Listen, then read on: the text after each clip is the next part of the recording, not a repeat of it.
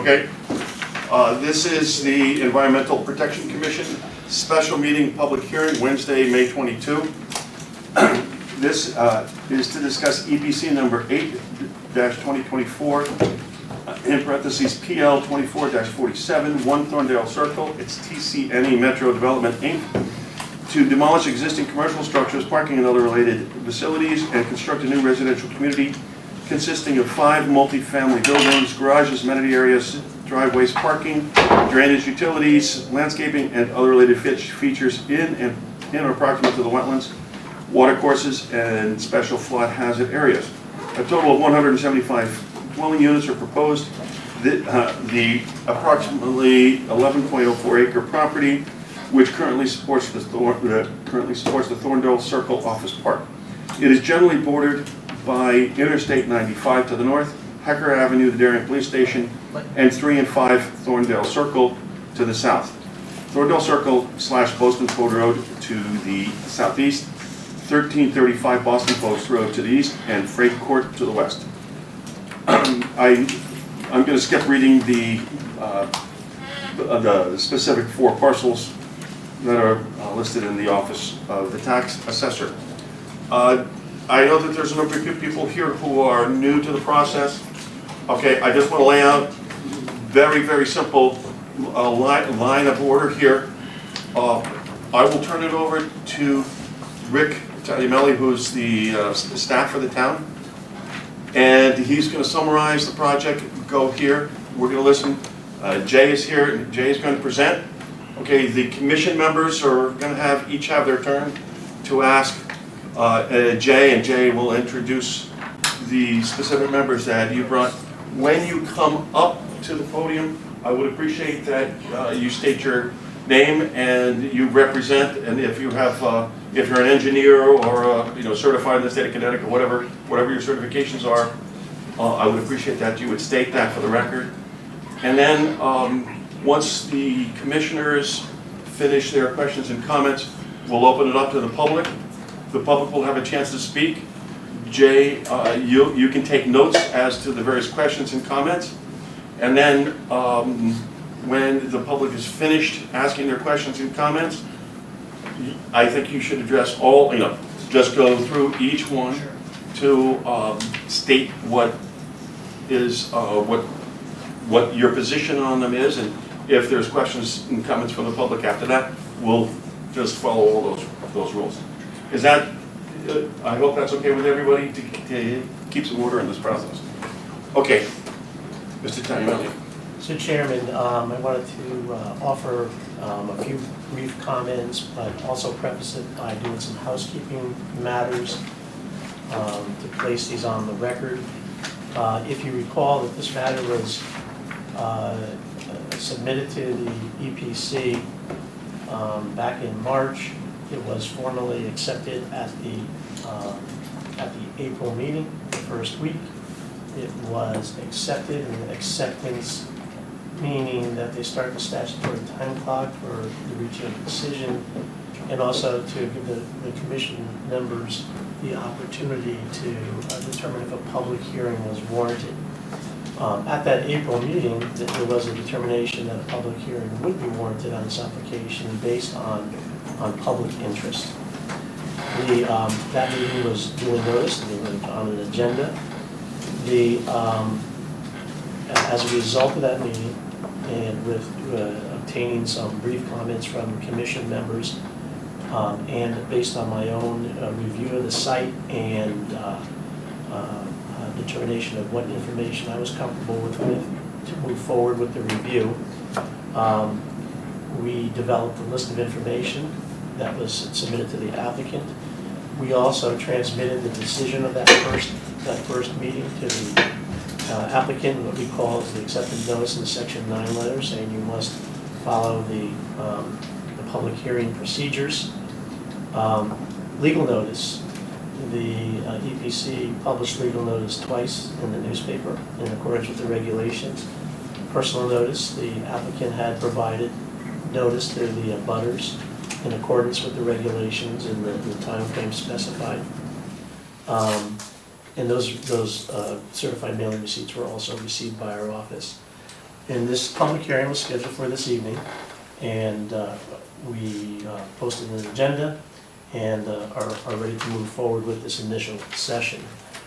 I composed a agenda summary report for you to help guide you through the process. That agenda summary report lists the initial submittals with all the site plans and reports that were provided. There was elevation plans, soils reports, drainage reports, etc.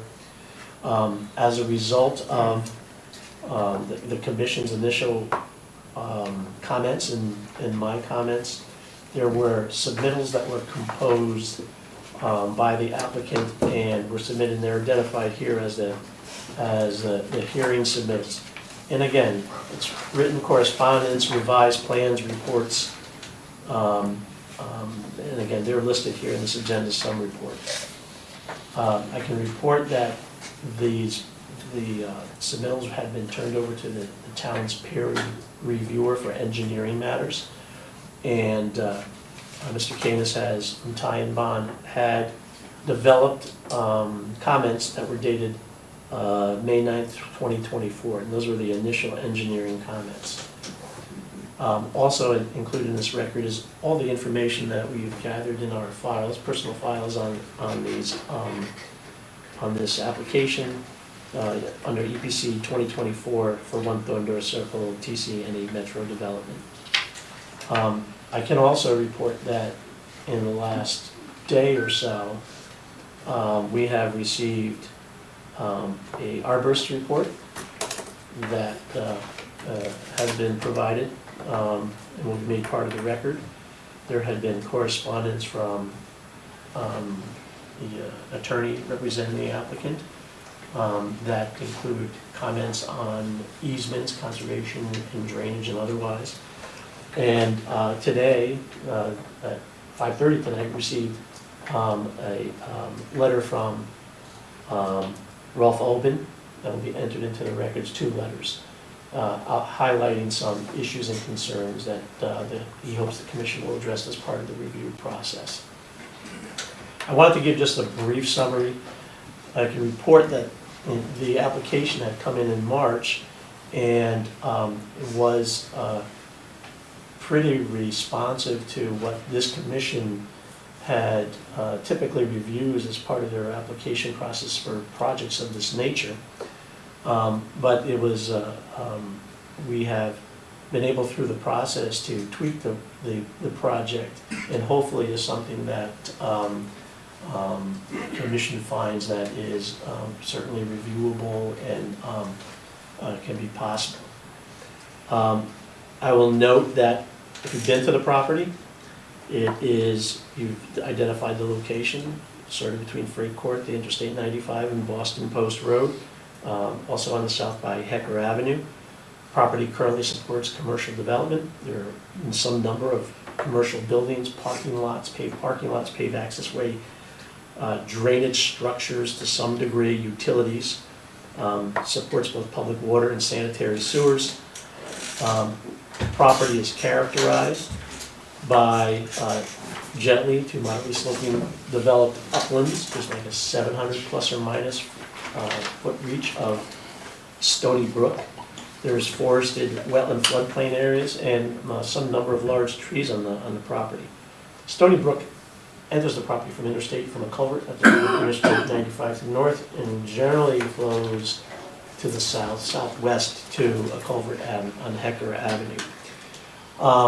The wetland narrowly borders, it's a fringe along the water course, along the east side of the water course, but it's more broadly and expansive to the west side of the course, and it's a forested wetland floodplain area on that side. And it typically goes all the way to Freight Court on the other side.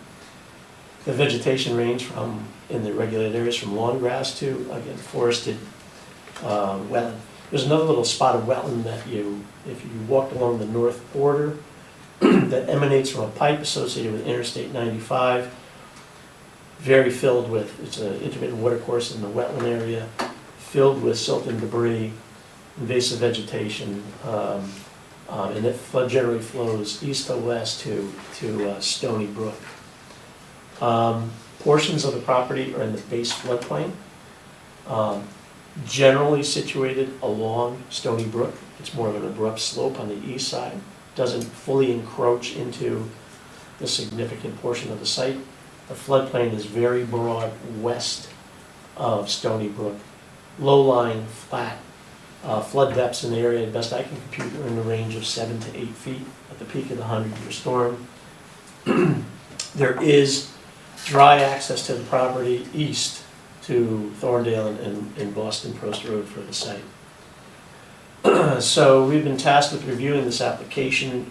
You know, typically the applicant is tasked with identifying, clear identification of the regulated areas and seeking to avoid or minimize impacts on wetlands and watercourses in the special flood hazard areas. Drainage is an important element that we have to review. Water quality is an important item that we need to review. Alternatives to, having that opportunity to look at alternatives to reduce or minimize impacts on regulated areas or the functions and values of the regulated areas. And to evaluate what the impact is on the flood potential of Stony Brook. And finally, the ability here to look at the mitigations that are proposed that are going to be a positive in terms of the impact on the regulated areas or serve as enhancements, protect resources or serve as enhancements to not only the regulated areas but to the property themselves. So in terms of resource impacts, you'll note that there are no direct wetland, floodplain, or watercourse encroachments, with the exception of some de minimis kind of wetland removal of accumulated debris, removal of obstructions and invasive plant management, and some landscaping. The impacts into the upland review area, which is, the upland review area in this case is 50 feet to wetlands and watercourses and 100 feet to Stony Brook, is about 17,700 square feet, or about 0.41 acres, is going to be temporarily or permanently impacted or affected by the development. You will note through this project, the focus has been to push the development away from Stony Brook. That's gone from approximately 96 feet to 145 feet by demolition of structures and parking and pavement, etc. There has been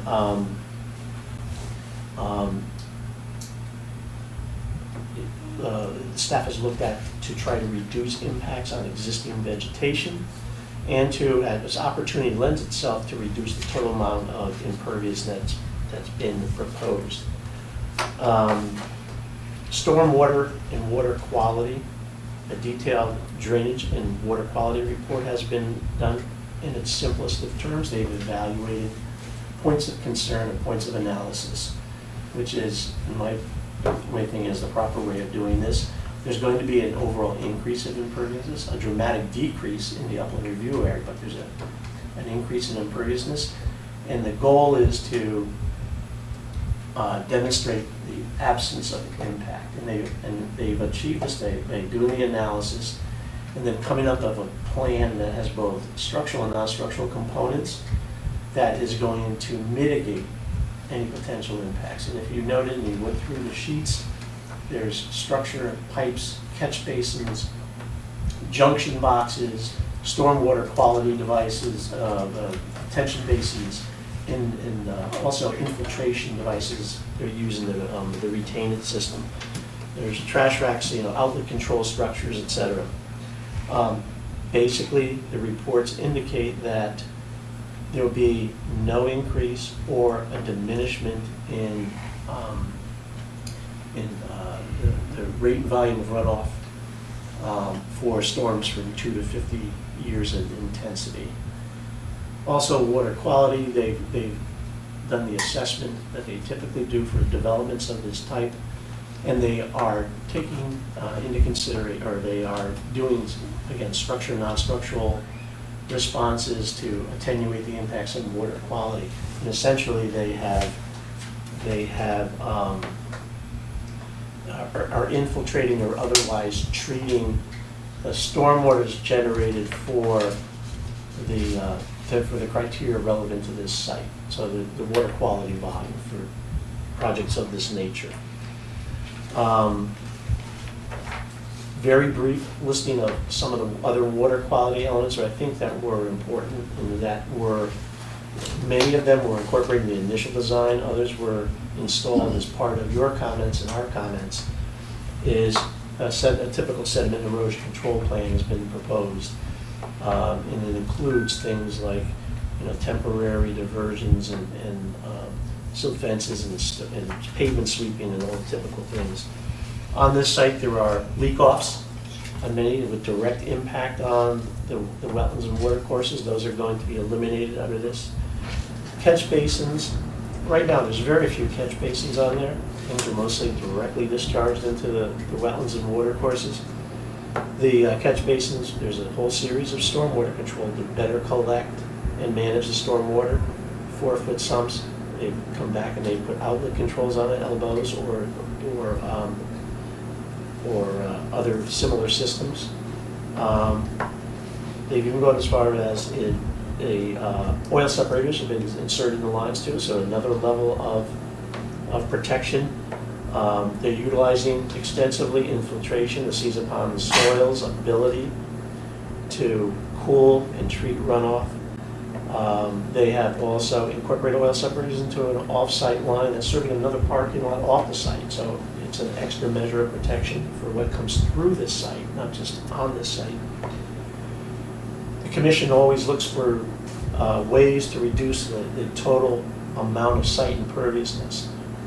And they have gone on their own, but also at our request. Going back to look at the surface parking, I believe it's 62 surface parking spaces have been converted to use of permeable pavers. And to infiltrate into the soil. Emergency, typically under these developments of this type, they have emergency for firefighting purposes, roadways.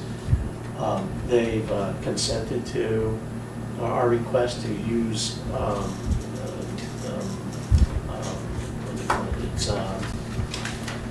it's grass creep or a similar type of thing, where again promotes infiltration and maintains the look of green space. And they've also applied it to some other turnarounds too that are not heavily used, because you don't want to really use those in new spaces. Site will be reconnected to the sanitary sewer, and they've done a detailed management and operations plan for all these different features. And some of them, are pretty weighty, because you do have to on things like permeable pavers, blow them off, vacuum intermittently, so they maintain their effectiveness. Very important hydraulic impact. What's the impact going to be on the flood potential of the river, the brook? And is it changing the dynamics? There's no encroachments into the brook, into the floodplain at any degree, the 100-year floodplain. Therefore, there should be no increase in flood heights that you would typically get if you had encroachments. But they're also doing improvements in the channel that are going to remove obstructions. They've agreed to reconnaissance of the entire channel, remove obstructions or potential obstructions, not dredging or anything, but doing more of the flow intensity, normal things that you would want to do. And they're also going to be managing the invasive vegetation along the edges. We can go into the alternatives they looked at, but these are things I've already talked about that they've embraced as part of our review process, ranging from the introduction of better stormwater controls to the use of pavement. Mitigation is really important on this project. There's been agreement, if you've been out to the site, massive areas of tree loss. It's on Interstate 95 property, but the applicant has committed to coordinate with DOT for having those obstructions removed. The small intermittent water course, again obstructed with sediment and debris, agreed to coordinate with DOT because they're off-site elements that you can't necessarily tell them to do, but they can coordinate with DOT to remedy some of those spaces. again, reconnaissance of Stony Brook to remove obstructions, removal of non-native invasives by hand along the water course and in the critical areas of regulated area. There's a pretty extensive planting plan that's been proposed for the entire property, but if you go through this agenda summary, I've kind of focused on what's being done in the parklet. This is the area adjoining the water course. This is where they're doing the essentially rain gardens, and they're heavily planted and have incorporated, typically to this board's request, with natives. And also doing fence protection for trees of value. I can also report that the applicant had just today had committed to providing a very important sanitary sewer easement that is not there now, and of also a conservation easement for the undeveloped space to the west side of the water course. Those are all important things. There was an environmental evaluation done that you can certainly speak to its author tonight, but in its broadest of terms, given the absence of direct impacts and all the water quality, drainage, and other mitigation proposed, that it was deemed that there was, and he actually did a very detailed analysis of impact on wetlands functions and values, that there would not be a significant adverse impact on regulated areas, particularly its functions and values. So that is,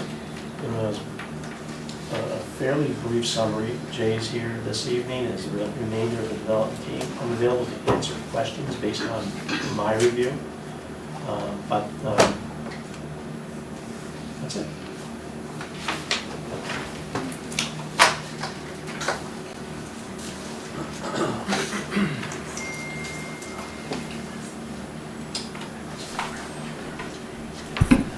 Thank you so much, Rick. Good evening, everyone. For the record, my name is Jay Klein. I'm a partner at Carmody, Torrance, Sandak, and Hennessy, here tonight on behalf of the applicant, TC&E Metro Development, Inc. TC, we'll call them for short, is an entity related to High Street Residential, a subsidiary of Trammell Crow Company.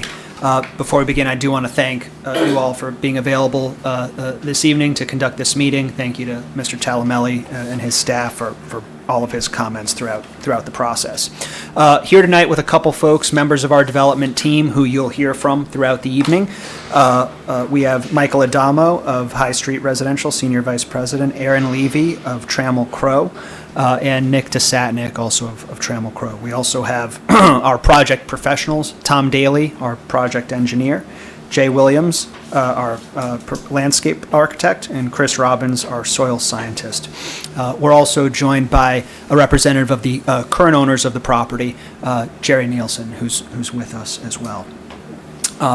My clients, TC, are under contract to purchase about 11 acres of the property that we all know as Thorndale Office Park. I think Rick did a great job of giving us a general orientation of where in town we are talking about. It's the property that's behind the library, the police station, one of the more popular spots in town a couple of weeks ago, the florist, so certainly a well-known area. And what we're here tonight to discuss is really that upland review area that Rick gave reference to. The Stony Brook is noted on the plan that you see on this screen here. Oh, oopsie. I didn't know it could do that. That's awesome. Good to know. There is a 100-foot upland review area, so any development that happens within 100 feet of the Stony Brook has to come to you folks for review approval. Similarly, Rick mentioned the off-site wetland. You find a lot of these along I-95. It's kind of funny. There's a 50-foot review area off of that So that's really the focus of the application that's before you this evening, is what is the impact for better or for worse on that area. I think what you've read in the materials we provided to you so far, and what you'll hear from the folks who've prepared those materials this evening, is that there will be no adverse impact on the wetland area as a result of the proposed activity within the upland review. As you can see from this aerial image that depicts the property today, there's already a significant, there's a meaningful piece of what's 28 Thorndale Circle that's within the upland review area. There's also almost 12,000 square feet of impervious area within the upland review area, this parking area that you can see on the plan. And we, I think, as you'll find, are significantly and meaningfully reducing those numbers. As Mr. Talamelli mentioned, this application will facilitate the construction, or replacement perhaps I should say, of 5 office buildings that you see here today with 5 apartment buildings. We are seeking planning and zoning. Your colleagues on the Planning and Zoning Commission will have review over the activity that's outside of the upland and their concerns associated with that as well. But again, our focus here is really what's the environmental impact, and I hope you'll agree with us that there's really a significant positive impact for many of the reasons Rick mentioned and many reasons we'll reiterate here this evening. Before I turn things over to our first expert that we'll hear from, Mr. Williams of SLR, I think it makes sense to invite Michael Adamo of Trammell Crow so that you can put a face on this, for lack of a better way of putting it, tell you a little bit more about his company and how they operate building these types of communities. So, Be careful of the wire. yeah. Obstacle course. Next time I'll try and go under. Wasn't sure which way to come up. Michael Adamo, Senior Vice President with Trammell Crow Company. Thank you, Commissioners, for reviewing our application. Rick, thank you for all the hard work that you put in. We have a slide that we put together just trying to summarize who we are as a company. We recently celebrated our 75th year in business. We have about over 20 offices throughout the world, most of which in the States. We are a subsidiary of CBRE, the largest real estate services company in the world. Well capitalized, and are developing everything from multifamily, which we're here to talk about tonight, to life science, office, mixed use, and every other product type. When it comes to development, we really try to take a tailored approach to each development. Every community is different, and the needs of each community are different. And I think you'll see in what we prepared that we really were thoughtful about how we were going to redevelop this property and be mindful of the existing conditions and how we can improve it, how we can be sustainable in doing that. To do that, it takes a team. We have a really great team with us here tonight, SLR, Redness and Need. Obviously, Jay and his firm, you'll hear a lot from them on the specifics of the application. But again, thank you for hearing us here tonight. I'll pass it over to Jason Williams. Thank you.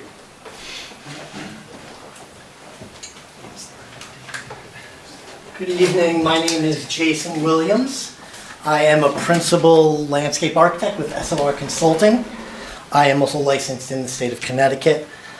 I am in very good spirits because, as I heard some of the commission members mention, my marina called me today and said that my boat's in the water, so I'm very excited about that. Mr. Talamelli did a fantastic job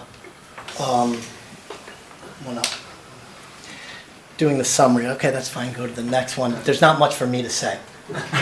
But when we started doing this project, we really wanted to create a vision for the project and say, what can we do on this site? So we thought, well, the roadways and the sidewalks, maybe we want to bring in kind of that New England vernacular, that small colonial village, but bring in permeable pavers. And in any green space, we don't want to have a lot of lawn, except for our emergency fire access, which wraps around one of the buildings, but really densely vegetate the area with a lot of native plantings and promote that infiltration. And then we do have one little tiny intersection, and so we want that intersection to have texture and color so that when you are a tenant looking down into the street, it's this really nice, engaging, pedestrian feel kind of landscape.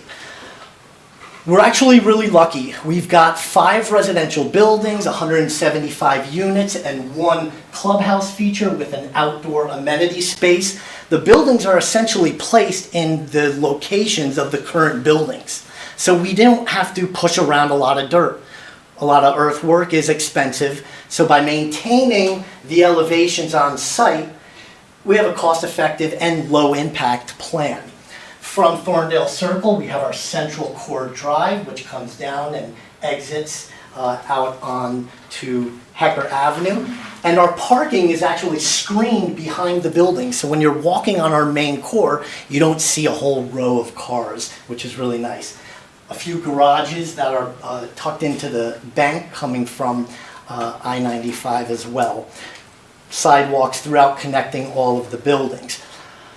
We're really here tonight, though, for this small area, which we'll get to, but when we look at landscaping of the site, Jay, if we could go, we really wanted to bring in a lot, oh, actually, I'm turning this over to Tom Daly, our civil engineer.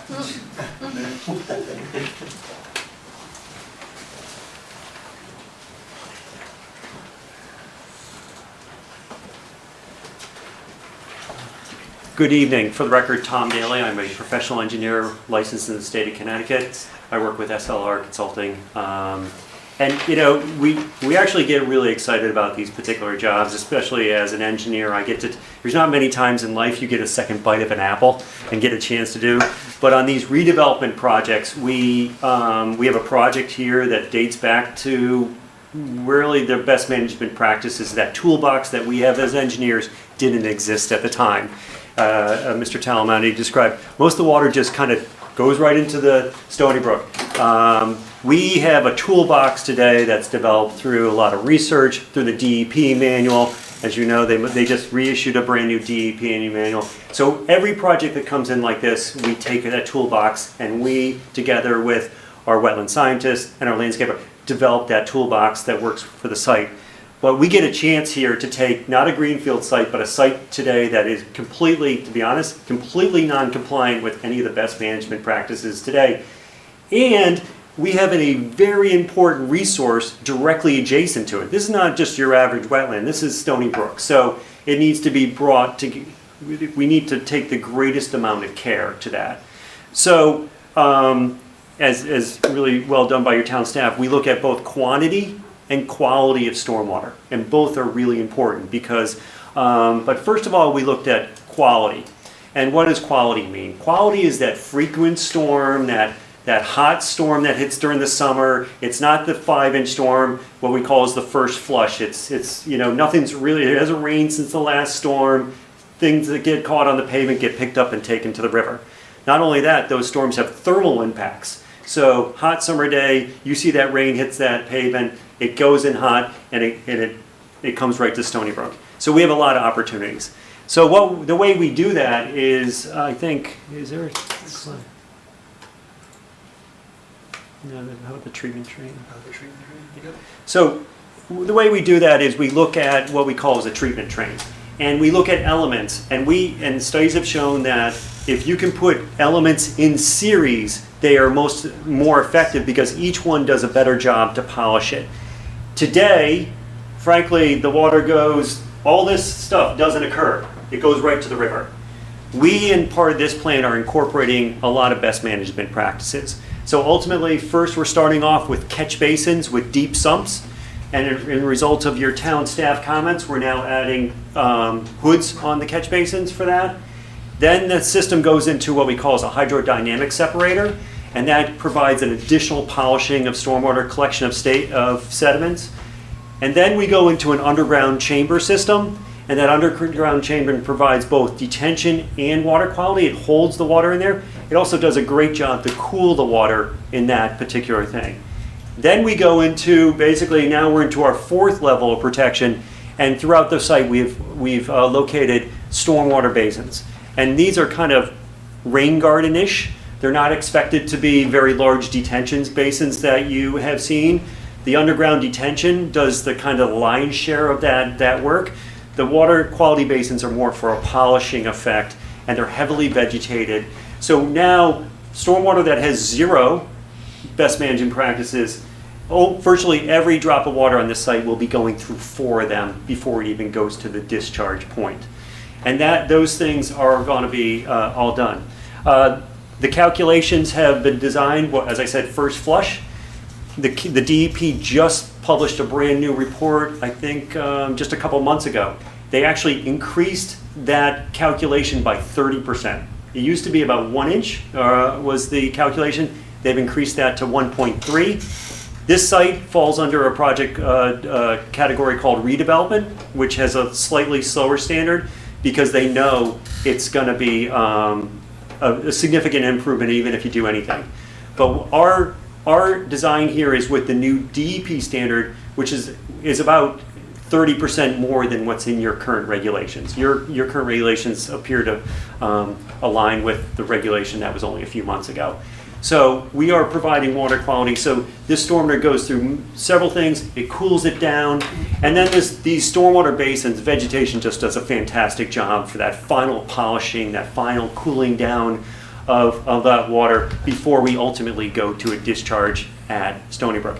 We are also picking the same discharge point. We felt that was strong. Jason and I did inspection on the field. We didn't want to create new discharge points. We're taking that existing discharge point and improving it. So from a water quality standpoint, we really had some fun on this. I will say though, while your town staff did a great job in terms of explaining that, we also have permeable pavers that add additionally there. We're not proposing anything that's so exotic, such a burdensome in terms of operation and maintenance. These are pretty standard operation and maintenance. We have included an operation and maintenance plan on the plans, so anybody in the future will see exactly what those criteria. But we try to go with not super exotic stuff that require really crazy maintenance, which frankly becomes a burden over time. These are tried and true practices, but because they work in series, they're very effective. Then we get ourselves into quantity. And so we have, so Jay, maybe scroll back to, there we go. Now we have quantity. And obviously we understand that Stony Brook has flooding issues over the years. It's been a very much of a priority for the town of Darien to focus on that. So we also took a very hard look at quantity. Darien does a very, I guess, conservative, and probably has to do with the fact that there is flooding things. Town of Darien does not let me take credit for existing impervious coverage. Under our normal drainage calculations, I have a job. I look how much impervious I have, what my proposed is, and I have to mitigate that delta. Darien doesn't allow us to do that. We have to go back in time and see what the site looked at pre-development. So we looked at aerial photographs, we looked at this appeared to be farmland or hayfield at one time, and that's the underlying study. So right out of the gate, by meeting our standards, we're already doing, so we're trying to do is, the proposed project has to mitigate and have no increase over what it was way back before history. So that allows you to, this commission to feel, and the town to be very comfortable to know that, in fact, you have a very conservative and a very robust thing. So ultimately, per your analysis, through basically the lion's share of these, as you see in light blue, the underground chamber systems, those were also strategically looked at. We did a geotechnical study here and located those in the best soils and everything. So it's just not completely random where they're placed. It's where they can be most effective. Also by spreading. Excuse me a second, sir. Yeah, I'm sure you've done perk tests. we did, yep. Okay, where's the water table and where's it in relation to where you're gonna put the? So that's part of DEP. They make sure we look at the water table. We are all above the water table on that in terms of that. So we did a geotechnical study. We did borings out here. Obviously, we had some limited opportunity because of buildings. But we did that, and we did actually before we even started designing. So it was an informed design. So all these are picked up above the water elevation, and we actually did the studying in the spring, which was about as wet as it could ever be. But also by spreading those systems all and not having it as one big centralized, you keep the water kind of recharging back to where it naturally goes today. So it's somewhat of a disconnected system, which we feel works very well. And And then we have a large stormwater basin here, but also we have some micro depressions that are located throughout there. So we kind of tucked them in any location we actually had an opportunity to do that. But ultimately, our analysis showed that for the 2 through the 50-year storm, we have no increase in discharge. But just for our own purposes and for the information, and we understand there might be some neighbors of interest in that, if you actually compare it to what it runs off today, we're cutting our flows in 50%. So just by the nature of the site and what we have, but we have a site with a lot of impervious, so once we had to revert back, it made for a significant. So about the flows for all storm events, 2 through 50-year storm, they're about a 50% decrease on what occurs today. Primarily, all the water goes to Stony Brook. We know that. It just gets there by different ways to do it. But the vast majority comes off through a leak off right here, and that goes there. Admittedly, there is some small amount of money, a small amount of drainage, and we're talking like 0.2 CFS, very small, goes to Thorndale. Well, ultimately, we know where Thorndale goes around, goes to Stony Brook.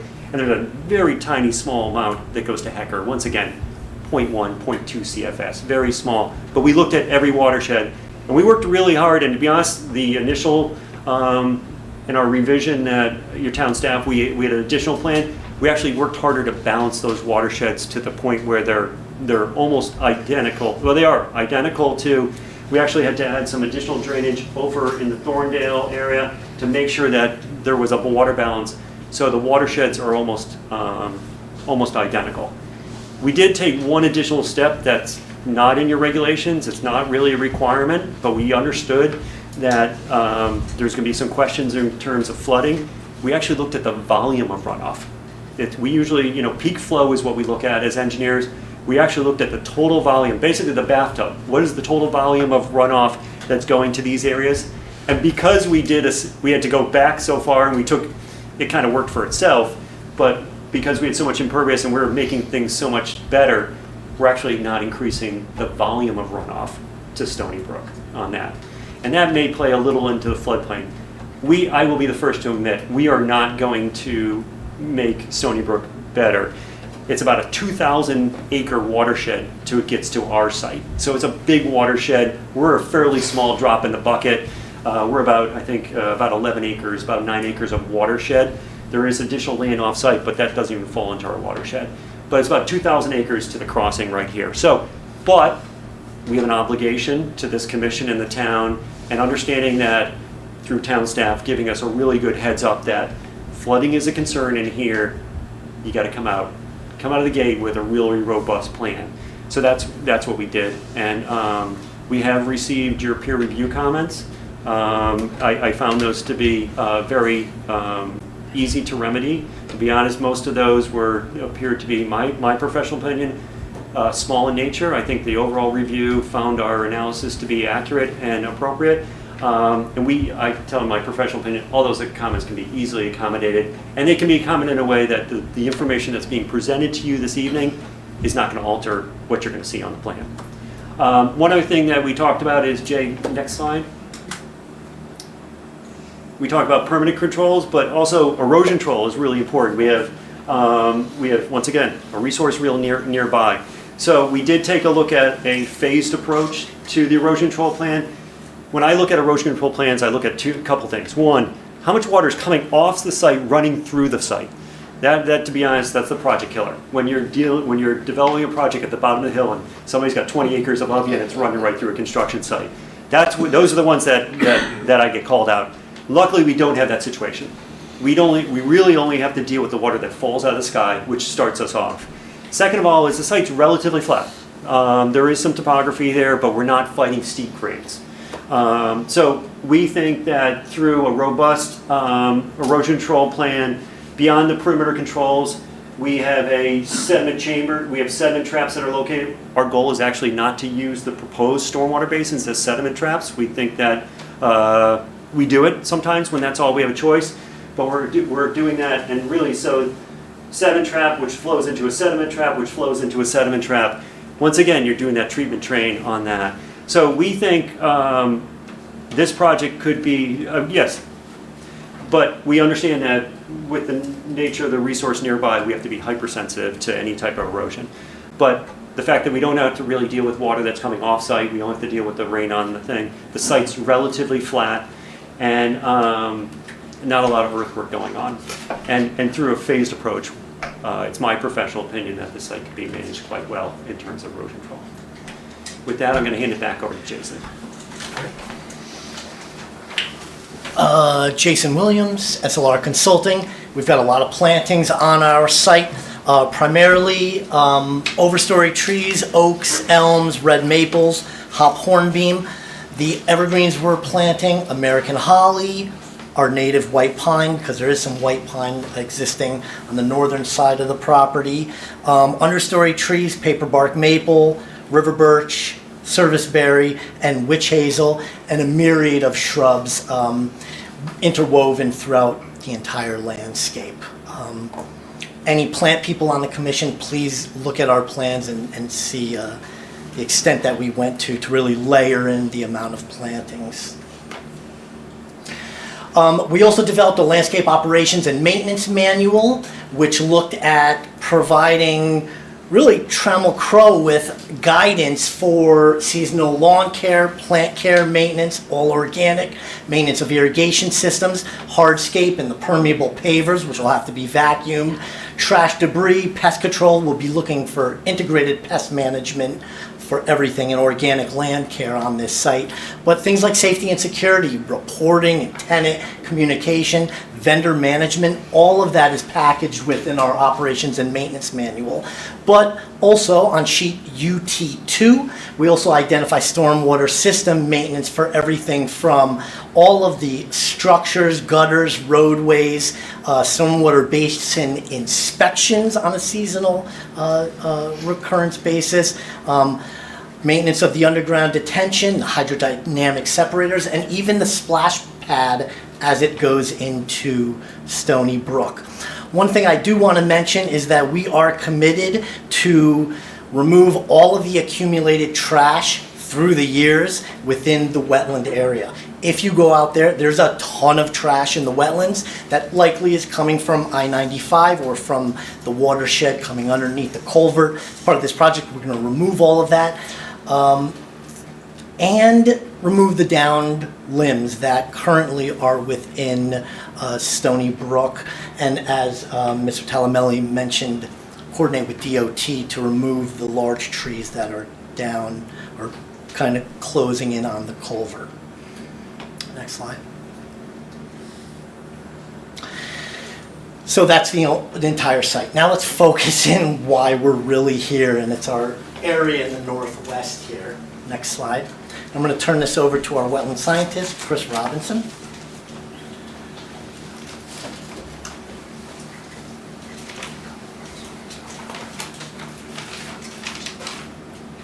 Thank you, Jay. Evening, all.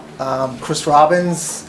I'm a principal scientist at SLR Consulting, work with Jay and Tom. Mr. Talamelli did a great job describing sort of the resources that are on the project site. I'll go through this quickly with the assistance of some visuals, give you a sense sort of where things lie and sort of how it's all connected. As noted, right, I think we've got the Stony Brook north to sort of southwest. There's a dual culvert under I-95 that carries the water under 95 into this portion of the channel. There's as mentioned earlier, there's an intermittent watercourse up top. There's a discharge point here from another culvert that provides the hydrology for this area. That intermittent watercourse flows into Stony Brook north of the property line. So this is all off property up here. There are wetlands associated with both. I'll get to that on the next slide. Both of these show you a little bit of information about the FEMA floodplains, the mapped FEMA floodplains and the floodway. The floodway here is the dark blue line on both sides. Floodplains, 100-year, 500-year, the 100 years orange, the 500 years pink. On this you'll see that they sort of mirror each other, and that's because of the topography on either side. There's a pretty steep bank on this side of the Stony Brook. On the far side here you can see a relatively steep bank that goes into what is this floodplain area. This is also a wetland. On this map, The striped area is the floodway. That's where you mainly have floodwater flow. Teal is 100-year, orange is 500-year. The green on this side is the wetland, and you can see the blue outline for the ordinary high water mark of both the Stony Brook and the intermittent stream. Some photos here. This is the discharge on I-95. This is the discharge for the intermittent water course here. Here's a photo of all the trash, so there's a ton out there. And then this shows you, along this edge, sort of a view into the floodplain wetland, mainly forested. And this sort of gives you a view of Stony Brook facing downstream. Please. Specific to the wetlands. Back in March of 2022, wetland boundaries, the green line here, were flagged by J. Fan Associates. March of this year, SLR went out and confirmed those boundaries, right? Things change over time. But based on topography, there was no change here. So that boundary was confirmed. Also, while we were out there, we delineated the ordinary high water mark of Stony Brook and of the intermittent stream. The reason for that being, as mentioned earlier, there's a 50-foot upland review area off of wetlands and water courses, but for Stony Brook, the town's has identified Stony Brook as an important resource, so they offer it more protection. There's a 100-foot upland review area for that. Boundaries here again, along this line, there's the 100-foot buffers here, the 50-foot buffers here, and that's the area within which Jay and others have talked about impacts. There are no direct impacts to the watercourse itself or to the associated wetlands. As part of the wetland work and in support of the assessment that we did, we conducted wetland function and value assessments for both the Stony Brook and the wetlands.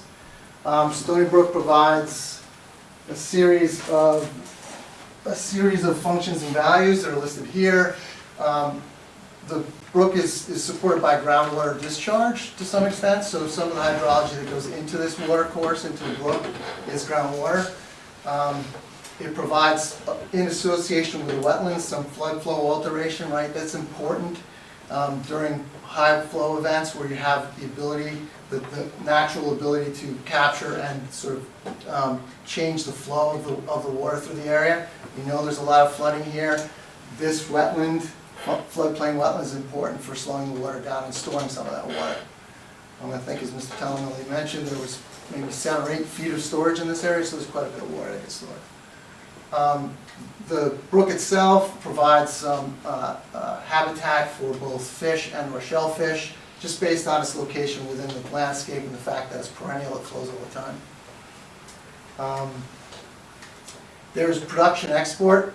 One of the things that we look at is whether or not a system has the ability to store or to transmit nutrients and organic matter.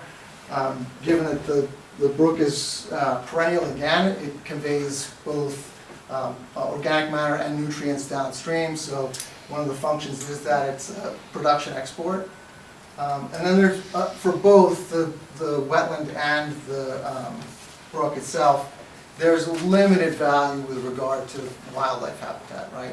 It's surrounded by a lot of development in 95 and residential and commercial on both sides. So there is some wildlife out there, but the value is very limited.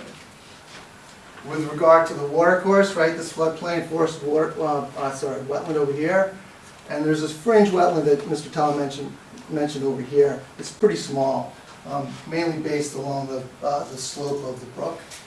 But on the far side, that wetland provides similar functions with regard to groundwater recharge and discharge. In this case, it's a groundwater recharge system, right? Flood flow comes in, fills up. Over time, that water infiltrates into the ground, so there's a recharge of groundwater through the system.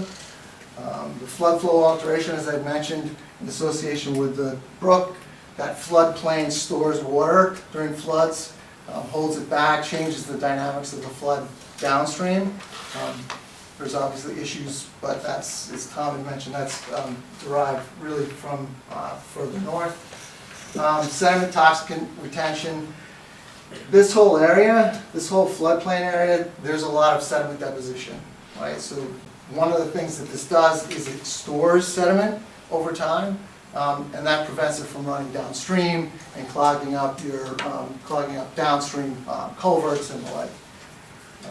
Nutrient removal, again, there's a lot of forested area over there that all provides nutrient uptake. So when it floods, the sediment nutrients settle into the soils on that side. That nutrient load is taken up into your vegetative community. Production export, I mentioned earlier, right? All of the vegetation that's there dies off, if leaves fall down, that organic matter gets carried down through the system and into the sound. And then the watercourse, this side provides some stream banks stabilization, right? Because of its length or width between the edge of the brook and the steeper slope on the other side, it prevents a lot of erosion. There is erosion on this side of the bank for the brook.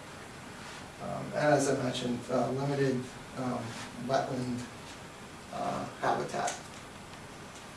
I think that's it. Again, Jason Williams, SLR Consulting.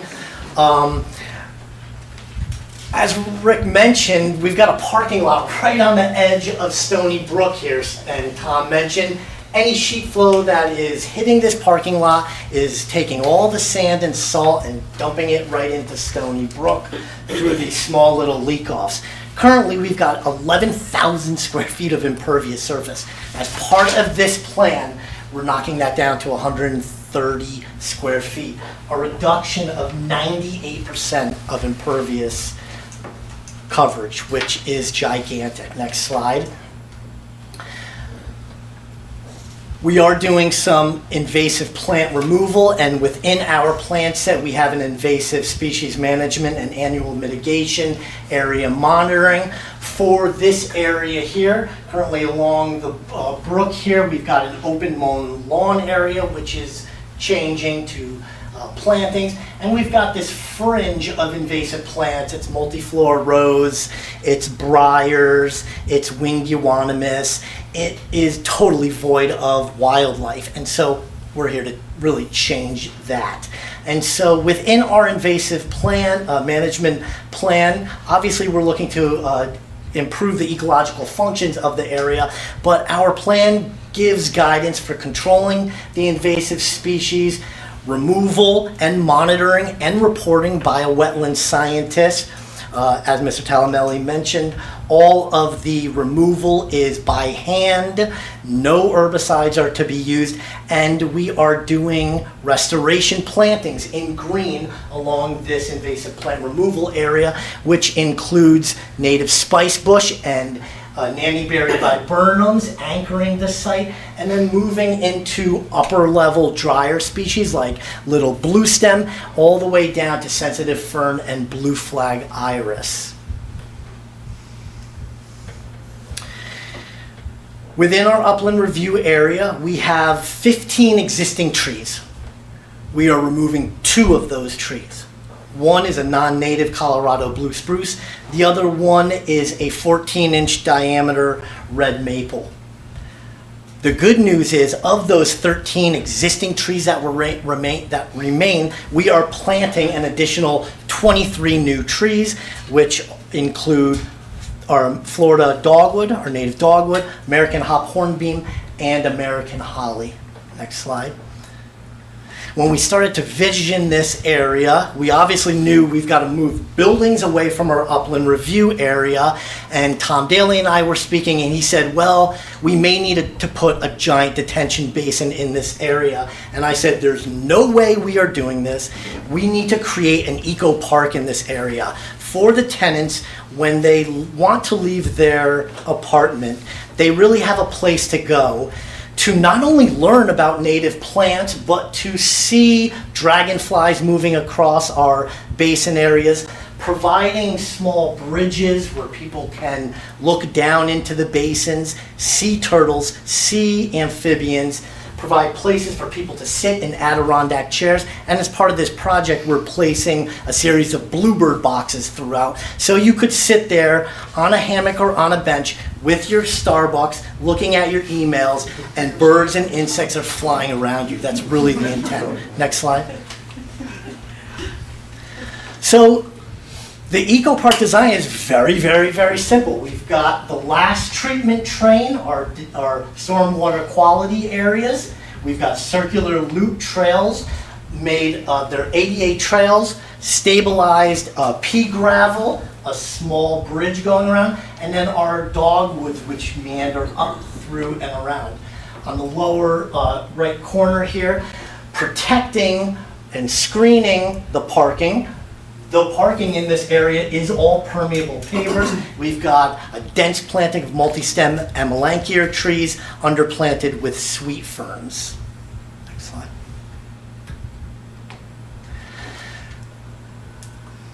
The plants that we're using along the restoration area of the Stony Brook bank, we are also using in the stormwater quality basins.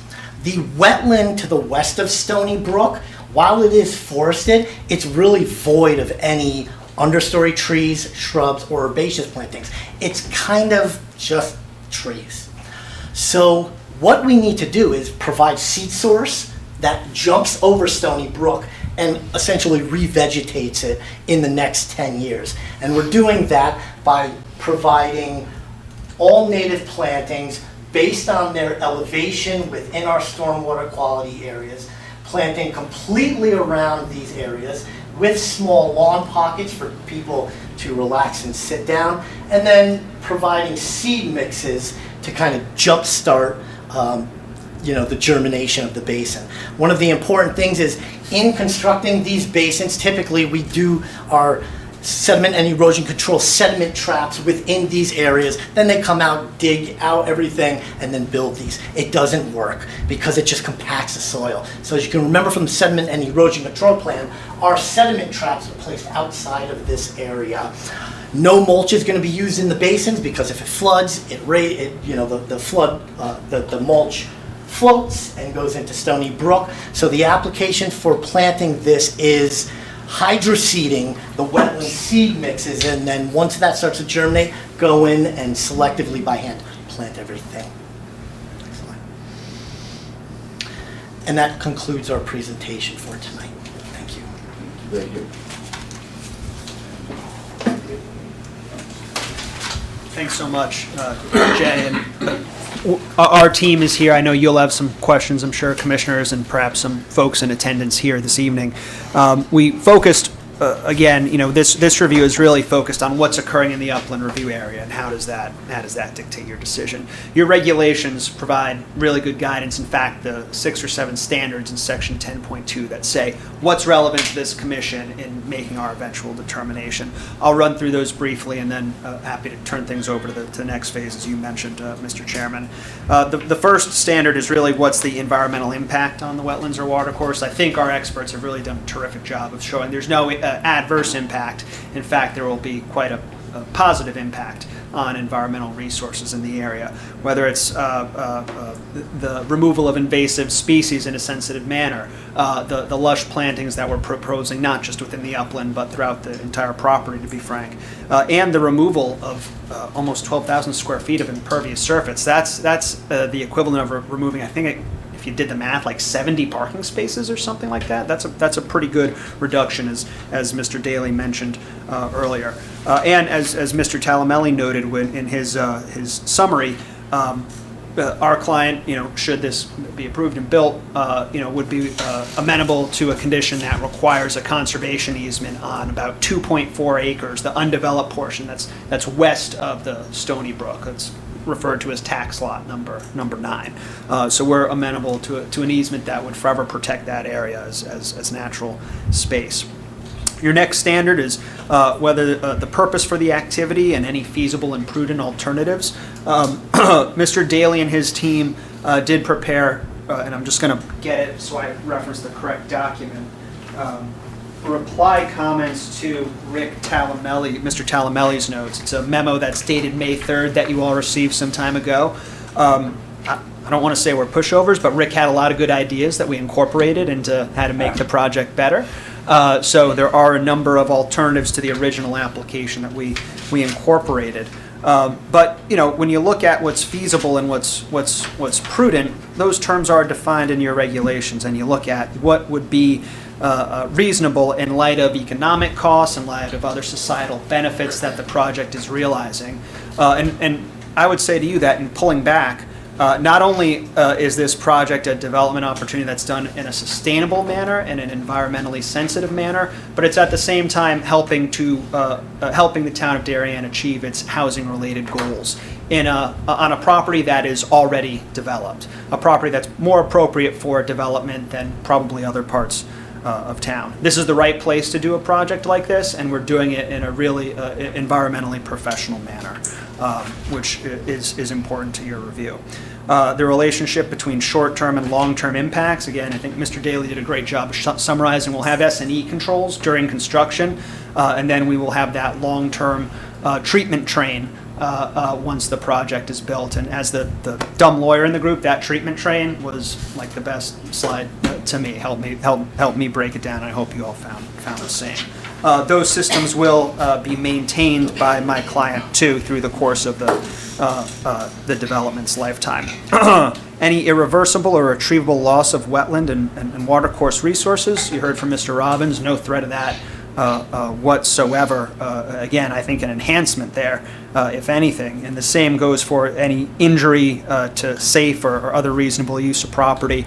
Flooding is a concern. You heard from Mr. Daly. This is not a project that's going to have an adverse impact on flooding. We're doing our part to do no harm, and that's an important part of this story as well.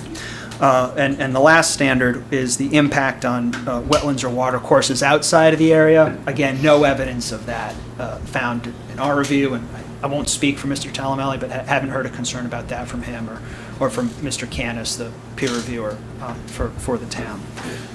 So with that, I don't know if you folks are starting off or public questions, but our team is here. Yeah. We'll take over from here, and I'll start on my right with the commissioners. We'll go through the commissioners. Yes. And Jay, you mind standing up there Yes, to sure. have the interaction? Michael, since you're to my right. I'm going to withhold most of my questions for right now so I can gather them, I'll submit them to Rick and applicant can respond. I just anecdotally, I do have a question. Are any of the consultants and or the developer residents in the immediate area? Is anybody familiar with Darien prior to just hopping on and looking at investment of property? Yeah, Darien High Class of 06, for whatever that's worth. Sorry, what's that? Darien High Class of 2006. I don't live in Darien anymore. I live up in Easton, but yes. Bought my boutonnieres at the flower shop for the prom. My son was a classmate of his brother's. Okay. And they were all better football and lacrosse players than me. So. But yes, I'd also say, Redness and Mead is a member of the development team. And I think, this isn't a scientific answer to your question, but this is a special property, right? And what Michael and his colleagues have done is assemble really a top-notch team to make sure that this is done the right way. There have been a number of interested parties, I think, in looking at this property, but this is a team that understands what the community needs, what the environmental resources demand, and how you strike that balance. So it is, I think, how this will benefit the town. That's something that's been on the top of our minds. It's something on the top of my mind personally, and I still have family in the town for whatever that's worth too. So It was more for a reference point. Yeah. You hear from commissioners or the public discussing the flooding or the quality of the wetland over time. Certainly, if you live in your community, you are very clairvoyant in understanding what the concern may be, Sure. as opposed to an outsider. That was the reason for the question. Thank you. Great. You want me to come back in later? Yep. Bill? Flooding. We've talked a lot about it. It's a major issue. Right behind, just south of you, are some of the worst people that are hit by it. Mm-hmm. I understand you're only a small piece of the river, but every little piece helps. So So you are blessed with, across that 2.3 acres, is an amazing geologic place to obtain a whole bunch of water at a certain point in time and slow things down. If it wasn't there, it'd be a whole lot worse downstream. So I appreciate that, nothing's gonna be messed up with that, because that is very important to hold as much water as it can during a big storm. I'm not keen on pulling out all the debris there. You want water to go back in there. I think you noted that in one of your pieces. We may be at odds amongst ourselves on that. But the more water that can get flushed in there and hold it for any period of time helps inches down the way in these homes that get nailed. So, I don't think there's any engineering improvement you can do to push more water in there. That's probably way out of control there. But maybe slowing the water down without pulling out. Speeding water through there, I think, is the wrong method. We need to slow it down. The opposite, on the other side, you said you're not going to have any more increase in water volume. I challenge you to get a better decrease in the amount of water coming off your project. Perfect that you're going to keep it the same, but let's see if we can do better than that. I know you're only one section of that stream, but it's a very important section. And we're trying to set an example for everybody else going forward that we can do a little bit more to prevent any more water from going downstream. There's very few places we can do it. Let's try to do it. That's my challenge. The rest of the project looks like it's very well thought out. Thanks. Thank you. And if it's right with you, Mr. Wright, I'm going to hand it over. I think Tom Daly has more interesting thoughts than me. Thank you. Those comments, once again, Tom Daly for the record, and we are showing a decrease. So I'll give you an example. For Thorn to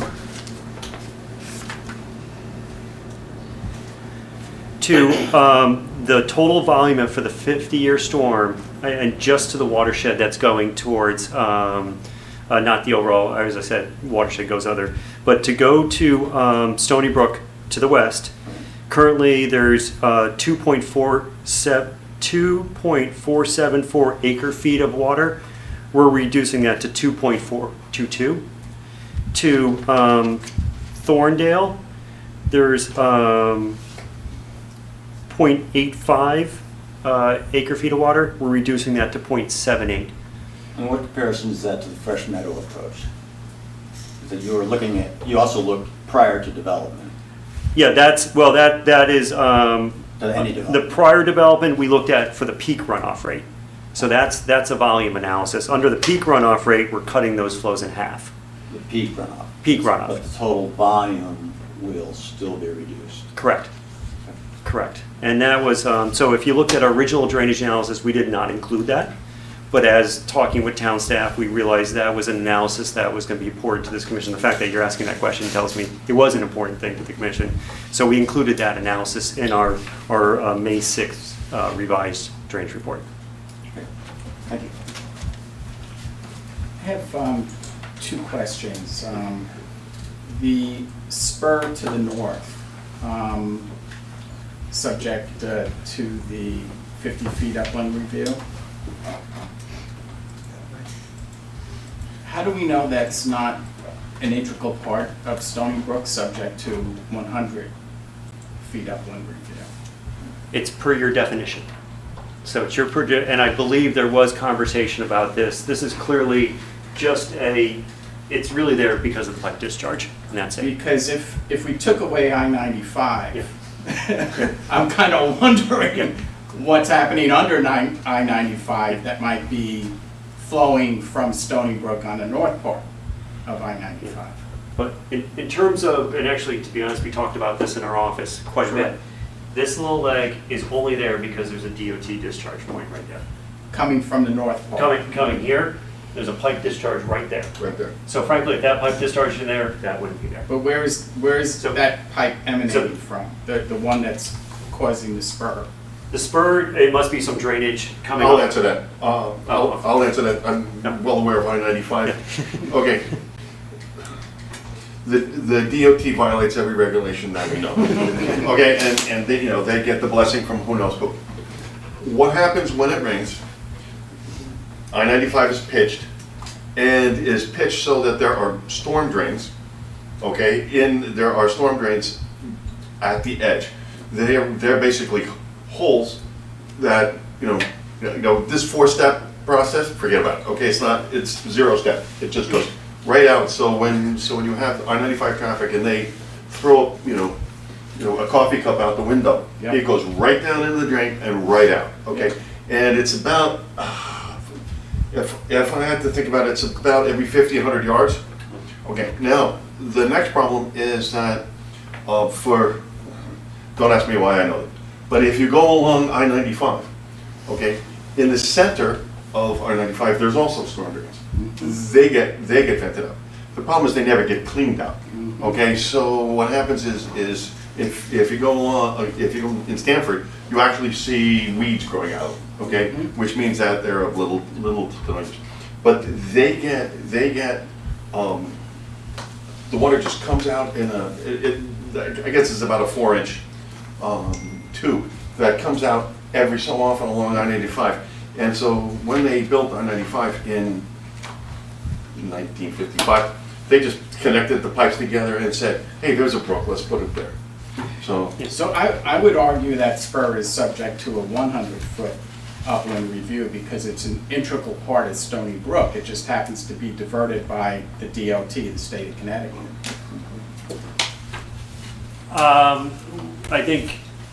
I guess that's a fair assessment.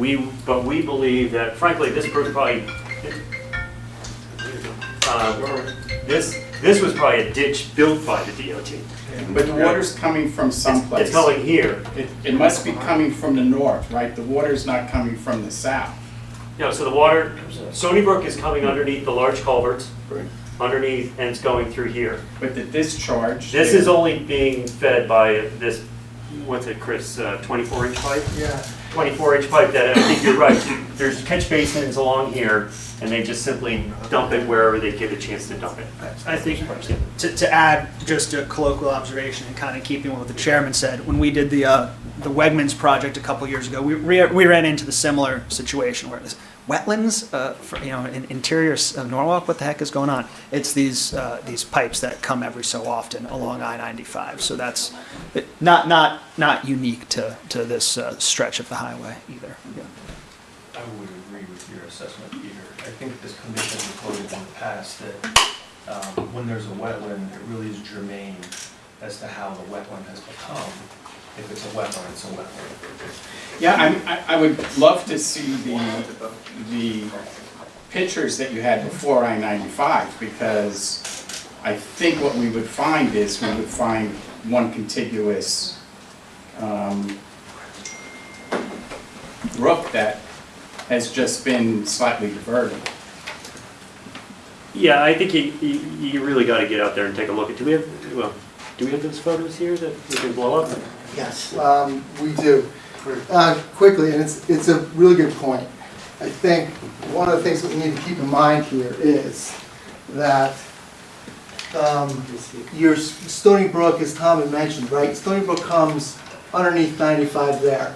This diversion, or this intermittent water course, and it is intermittent, which means it's not flowing all the time, is not a diversion of your water from Stony Brook. It's entirely separate. It's a conveyance of all of the stormwater that's it's a conveyance of all the stormwater that's captured off of 95, right? So water falls on 95, that water is captured in all these catch basins, it's piped under 95 or along the edge of 95, that water is captured and piped to that point, at which point it flows into the creek. What's the pitch of the topography at that point? One thing I do is, we're actually measuring 50 feet off the riparian wetland.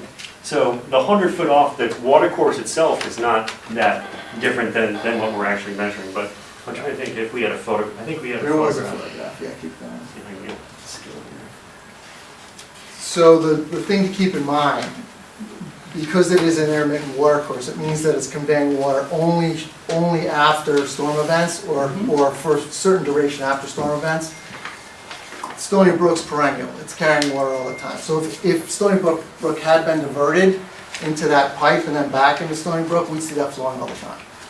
Okay, and that's not the case. Keep going. Okay. Well, this is maybe something to explore. I'm not sure we have the answer tonight, but may I go to the second question? Yeah, and quickly, just so you see, this is the head wall for the intermittent water course discharge. And the lower end of that is large stone, so it led us to believe that was sort of rip-rap placed there to manage some of the energy of the water flowing out of that. Again, it's stormwater driven. I'd like to read something into the record. This is from July 9th, 2021. It's the Darien Police Department giving an advisory as to road closures after Tropical Storm Elsa.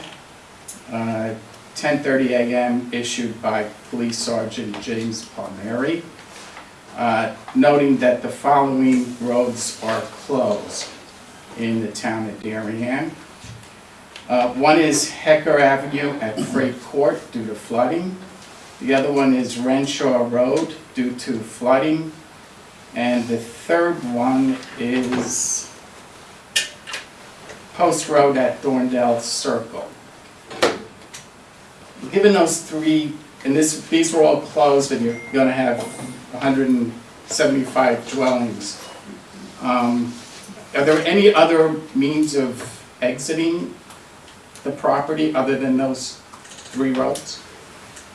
No, those are we're maintaining the existing access points. There's, from a... There's no access.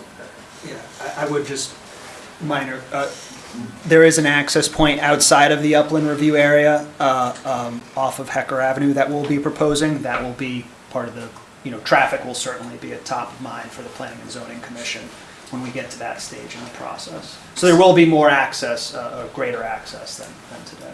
So I guess I'm getting back to maybe Bill's question on how many year flooding analysis are we looking at here? Because 2 to 50, and I see one of the pipes at 25-year flooding, and then when I see some of the town engineering reports related to some of the town infrastructure, they're looking at 50 to 100-year flooding scenarios. So given the numbers of people that are going to be resident on the property, is 2 to 50-year flooding or 25-year flooding pipe appropriate given the numbers of people that will be living there? For the record, Tom Daly with SLR, yes, and really they're different analysis points. We looked at the overall floodplain. I think Chris and everybody's, we are not developing anything within the 100 or the 500-year floodplain, and actually we're pulling impervious out. So from a flooding standpoint, we look at the FEMA mapping because that's an infrequent storm. Those are thing. When we look at pipe sizing, that's trying to deal with the pipe sizing today. So I would say Darien is perfectly aligned in the 25-year storm for the pipe sizing. That's virtually consistent almost throughout the entire state. It's because it's a different study. It's a different analysis. And the 2 through the 50-year storm is a totally an appropriate thing, and that's your town standard.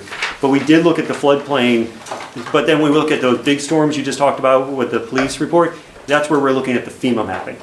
And we've had, as my company, we're part of SLR, but at the time we're Milan and McBroom, and we actually did flood studies for the town of Darien in this area.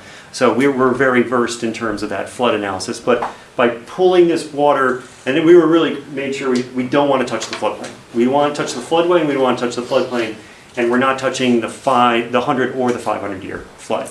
And even the rainfall that we're using our analysis is the new NOAA rainfall. We didn't use the old DOT numbers.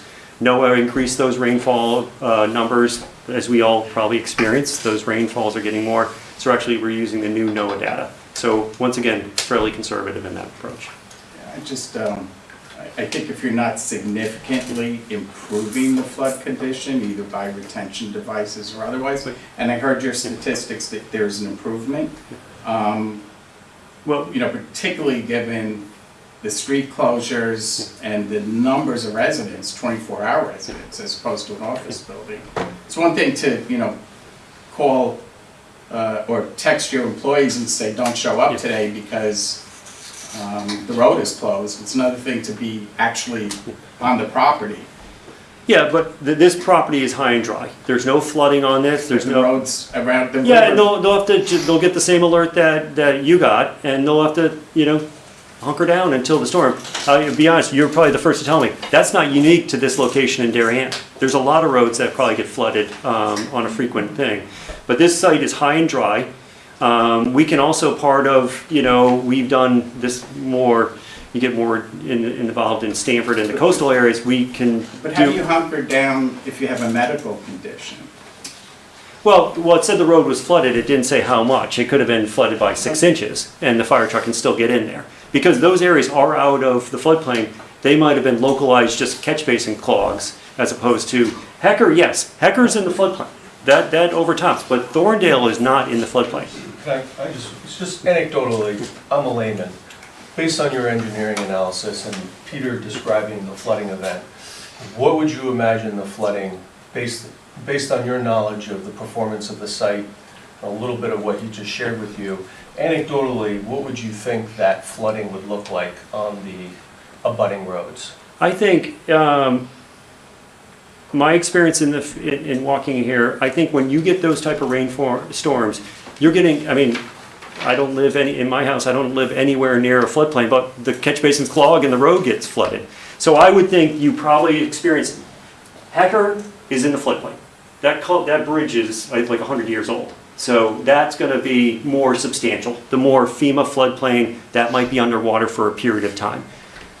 Intersection of Thorndale and at the end, that area is not in the floodplain. It's not even close to the floodplain in terms of elevation. I would say that's probably localized flooding. Rain came down at such a intensity that the catch basins were overwhelmed. That type of flooding does recede pretty quickly.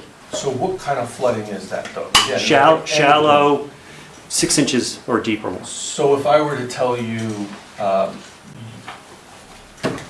you could take your boat and run it down the Post Road, that's not really an anecdotal amount of water. That's not shallow and it doesn't just run off. If cars are getting stuck and floating, that would be a material issue. Similarly, if it was a winter condition and we had a rain event and there was flooding, and there was freezing, there would be an issue with, or this is more a planning and zoning issue, which I'm sure will be approached, but there'll be an incapacity to have ingress or egress for emergency vehicles. So that was one of the reasons why the first question I asked is, aside from the owner of the property, were any of the experts or investors in the room, familiar with the performance of the abutting land and the wetland in the area? Well, Has anybody in the room previously driven by I-95 and looked, what's the compass direction if I'm looking at the plan view? Straight up. Okay, Yeah. looking on the north side of I-95 and seeing the deluge of water coming down Stony Brook. So I can impress to you, and I'm sure if there's people in the public here, the sheer magnitude of water that comes from that northwest corner of the property, and the impact all around Thorndale Circle.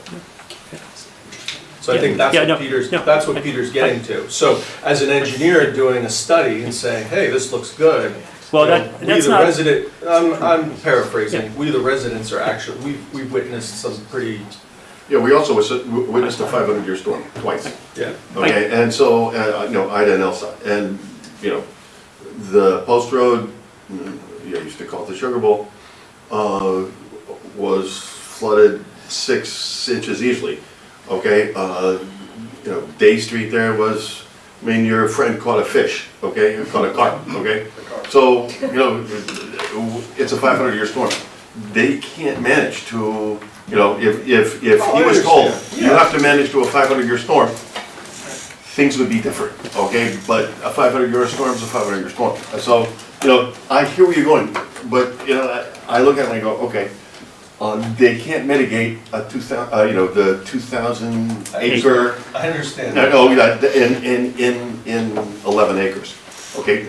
And, unless there's engineering that I'm not familiar with. But, so, when you're talking about a 500-year storm, okay? What, I mean, there were a lot of choke points. I'm sure that list was not Not exhaustive. not exhaustive at all, No. okay? I mean, think about, let's go through it, the railroad bridge, that railroad bridge that goes under, from Post Road, okay? And that goes under the railroad. That, Jay, that floods Regularly. regularly, Is it gonna rain okay? tomorrow? Yeah. Okay? Yeah, right. And the next one over by your house, okay, floods and it has a better pitch to it, so the water stays by the walls. But So- this was 3 out of 16 Yeah. locations that were noted by the police. Yeah, You know, what I would just echo what Mr. Jewson was alluding to, you know, it's a town-wide problem, and 11 acres isn't gonna solve the town-wide problem. What we can do is we can follow your established regulations, the established, just freshly adopted 2024 manuals and guidance, and make things better, do our part to make things better. And the evidence that's before you clearly indicates we are improving conditions over what we found. If flooding is your concern, this is not gonna make flooding worse. If flooding is your concern, flooding will not be worse because you approved this project. And I think this is a robust part of the presentation. We came into this project knowing that these were going to be hard questions by this commission. We did a robust hydraulic study. You went upon the thing and hired a peer reviewer, a very reputable firm to thing. So to be honest with you, we don't typically do this big of a presentation on drainage for these applications. It's more of a lighter touch and we focus a little more. But we knew this commission and we knew this community was that. And as I said before, we've had the luxury of actually doing a lot of public work for the town of Darien, helping them with some flood studies in the past. So we came in, one of the reasons I hope to think we got hired to work on this project is we did have some boots on the ground in past history on that. So totally agree with your concerns and you're there. But I'm just giving you my professional opinion and the team's professional opinion that we came out of the gate and really knew this was going to be an issue. And like we said, the volume comparison, we frankly, that's not a requirement of most towns. Or we were really doing it in a study, but we knew that was another element to making sure this commission feel comfortable. Jay Klein again, the only other point I'd add to that, because I think it speaks to a little bit of, you know, the community standpoint. you should go to the mic. Oh, sorry, folks. Jay Klein, Carmody Law. Was it March or April? I forget when, but we had a meeting, and I'm just seeing some familiar faces from the neighborhood. Typically what the EPC rules and procedures are, you notify owners of property within 100 feet of your property 2 weeks before the hearing, right? Before we even filed this application, we notified neighbors, I want to say almost 300 feet down Hecker Avenue, invited them to a meeting. Some of this might be redundant because they saw a presentation very similar to the one we're giving you all today. But more important than us talking to them, we wanted to hear them. So, community outreach and understanding of these issues is important to us, and that fueled a lot of the good work that Tom and his colleagues did. Yeah, hold on. Just a point of clarification. Oh, sure, if you don't mind. please. So there are 2 points of egress on this. Yes. There's going to be one to the south, to Hecker Avenue. There's still going to be maintained egress to Boston Post Road.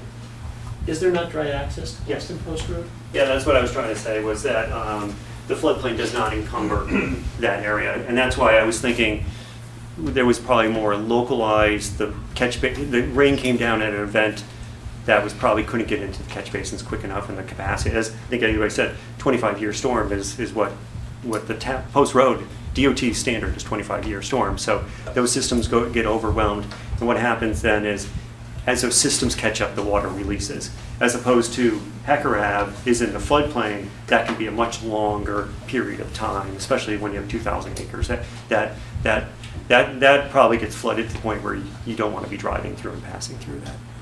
So when you're talking about, I heard you mentioned about, so there's a cardiac incident.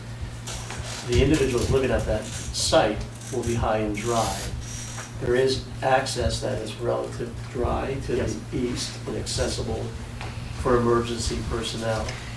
And then the project itself is not going to exacerbate the flooding that is occurring, of course, on Hecker Avenue into the south, where there's the deep, more dynamic flooding. Is that correct? Correct.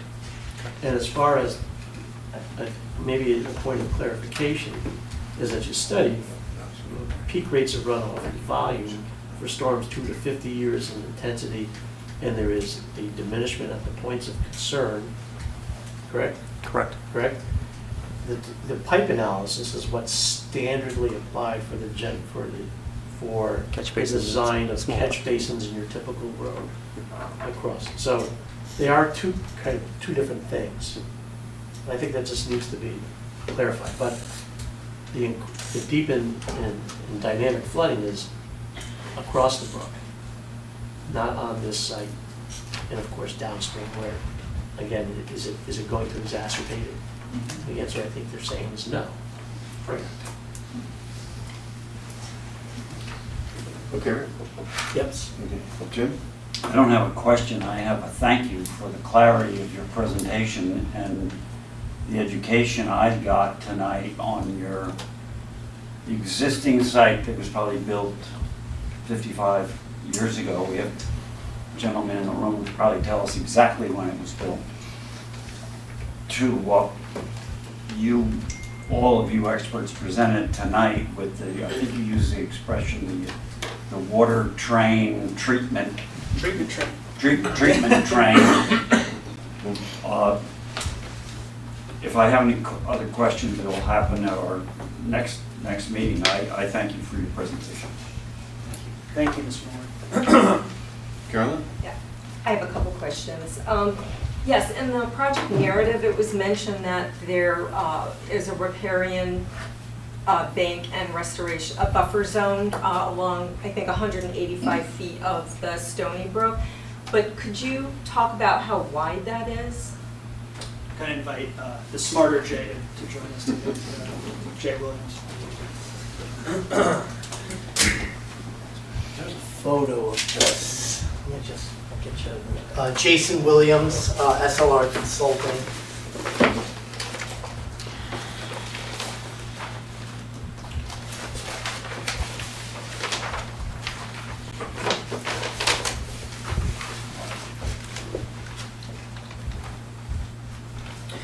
It ranges from 10 feet to about 18 feet, all the way to 20 feet wide. Okay, thank you. And I apologize, my questions are kind of out of order. Some of them were already answered from your presentation. The stormwater depressions, there are a couple of them that are south of proposed building E and east of proposed building D. Could you explain the function of those depressions and whether there will be any impact on neighboring properties to the east? Like, I think the police station is there. And again, I mean, it's been mentioned that storms are increasing in intensity, so. Yeah, let me, so once again, Tom Daly up for the record. Those are really micro depressions. I would say they're more in the rain garden. Okay. They're very small, but anything helps. So by dispersing water in there, and most of those basins, I believe they all have a yard drain in them. So it's not really storing water, it's more slowing it down, Okay. promoting some infiltration, but they're very small. They're probably no bigger than maybe this Okay. area here. Okay. The lion's share is being handled down by the river in the bigger basin. Right, and then just to clarify, if I understood you correctly, all of the underground detention ultimately goes to those two rain gardens? The stormwater basins? Stormwater Yes. basins, yes. I think not every ounce of water there, but the vast majority does go there. But that's how they're fed, basically? Yes, It's not correct. just from Correct. water running Correct. off Correct. the And topography? also, we're also taking a lot of roof leaders there, because roof water is considered relatively clean. Yeah. So sending those to those basins is a really effective way to kind of cool down that roof water before it gets to the river. Okay, and in your landscape operations and maintenance manual, you mentioned that any of the areas that are in the upland review area, there will be no fertilizer or weed control, any herbicides in those areas. But I see how, from a practical standpoint, how will that be managed? Because it kind of like goes through the, the rain gardens. I mean, a lot of times to try to prevent landscapers from going beyond those areas, we require like boulder demarcations. But from what I can see, that doesn't look like it'll be practical here. So how will you prevent that from happening? So let me go to it. Zoomed in here really quickly. And we're talking about the upland review area. Yes. Managing the vegetation within the upland review Right. area. I don't know why this isn't going. Can you zoom in here? Keep going. It's a simple answer. Jason Williams, SLR Consulting. The answer is a lot of hand weeding.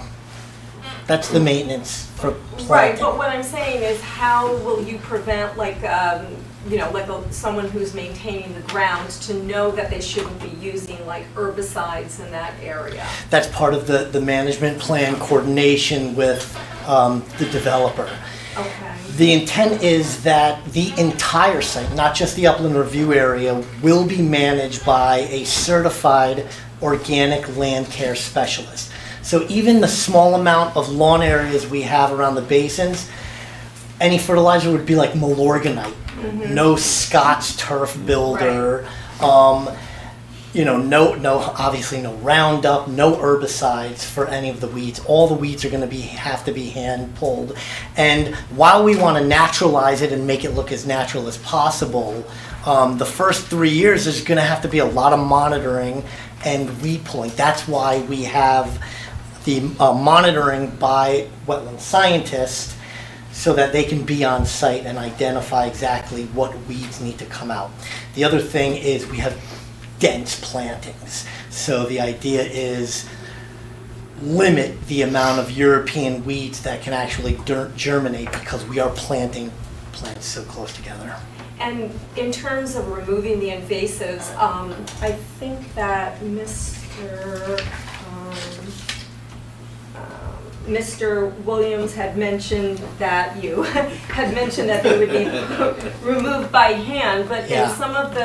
if there's a little disagreement in some of the documents, and some of them it says by hand, and some it says Mechanical. Yes, and that's not necessarily the same thing. No, you're exactly right. Mechanical could be a mini excavator Yes, ripping yes. it up. Right. By hand's obviously Could shovel. we just clarify that it would be by hand? It would be totally by hand. Okay. Because this is a slope here, as part of our S&E plan, we have silt fence at the toe of the slope and coir log. If you know coir log, it's half embedded, staked in, so that no activity happens even close to Stony Brook. And, it can't be just mass excavation removal. It's got to be done by hand. In fact, everything has to be pruned in 2 levels, upper pruning, lower pruning, and then taken out by hand. And in fact, to go even more detailed is we don't want to remove everything at once and then everybody goes home on the weekend and it rains. So it's small removal, planting, and working its way up is how we do it. Okay. Also, in that same maintenance plan, number 3, with regard to trees, it says trees that have been identified as dead, dying will be replaced with the same species and size identified on the original approved plan. Is that referring to just the trees that are in the landscape planting plan, or like all trees on the site? In the landscape planting plan. Okay, all right, I want to clear. And then this isn't necessarily our purview, but I just have a question about number 9. Talking about the lighting on the property, was any consideration given to dark sky requirements for the property? Yeah, so all of the site lighting is all full cutoff, dark skies compliant. Great, okay. I already asked that question. The last question I have is, and I can't find it, but let me see if I can remember. The amount of impervious coverage on the site was originally listed as, you're increasing it, but then you, I think subsequently are replacing a certain number of parking spaces with impervious pavers. So does that original amount of impervious surface stand, or did that take into consideration those impervious pavers? Those are not, we still, from a calculation standpoint, still call that impervious. Okay. So we didn't take credit for it. Okay. Except for the areas that are grass-crete. So the area, I think, those are areas that where you go out there, there's a grid system, they're really functioning. In terms of pervious pavers, they vary a little bit. So we take a little credit for it, but in terms of a pervious calculation, they're still in there. So the area where the emergency vehicle comes in, that is truly Because considered it would look in green and everything. Okay. I mean, we tend to be a little conservative in that approach and not take credit for everything, but you're absolutely right. So we have a net increase in impervious coverage, but a net decrease in the upland review area.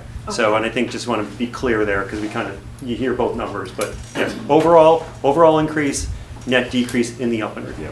I'm sure I'll have more questions. Yeah, but that's all and I have. if you're interested, maybe we can give you a breakdown. How do we calculate the impervious? How much was building? And it's deep in the drainage report. You probably don't want to read all through that. But You're right. sometimes, nor do I. It's a lot of numbers. But we can definitely give you a summary that kind of breaks that down and shows you what's the difference between, because some of the pervious pavers we added later on in the plan, grass paver. We give you this whole summary that kind of tells you what's going on the site. That might be a good way for you to understand how the numbers came to be. That'd be easy to do. Thank you.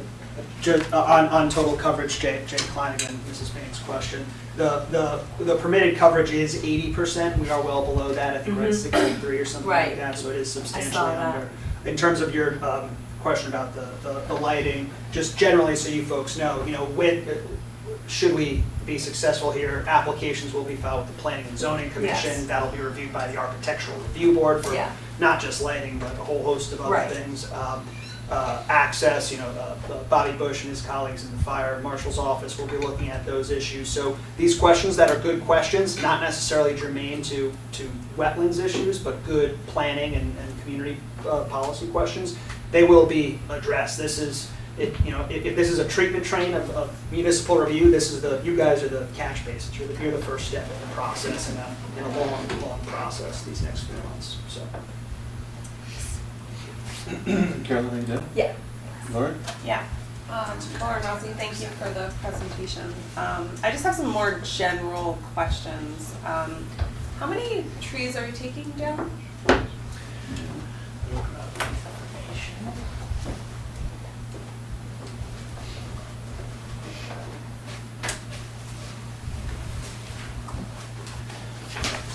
So I think on the record here, again, Jason Williams with SLR Consulting. We actually had an amazing tree preservation report developed by Bartlett tree experts where they identified the health of all of the trees. And essentially, we've got 321 trees on our property. 54 of those are in really poor condition, and we'd be looking to remove those. Once buildings, grading, sidewalks, and parking go in, we are removing 174 trees. Now, of those 174 trees, remember 54 of them are in poor condition and we are removing. We are also, so 147 trees are to remain on the property. We are planting 114 trees. So we're losing 60 trees. But 54 of those are in poor condition and or invasive species. And just to clarify, that is only a tree count. We didn't have Bartlett do the area we're talking about on conservation easement, which is heavily. Right. I just want to clarify, we just did a tree survey in the developed portion of the site. Oh, that's just on the development? Just about, so we didn't send them over the river because we knew we were gonna Right. develop that You're gonna- area. that And we would weren't be gonna your touch anything. property. Correct, so Right. obviously there's a ton of trees there, but just to clarify the numbers that Jason's presenting and what you'll see in the report that staff has. Okay, and how many of those were classified as like a high value tree, or what does the Bartlett expert say? They do poor, fair, and good. We are, let's see here. Like large, okay. Trees of value. Trees of value, thank you. Thank you, Carol. So there's 147 fair and good trees that are remaining on the site. Fair and good, 147. Fair and good.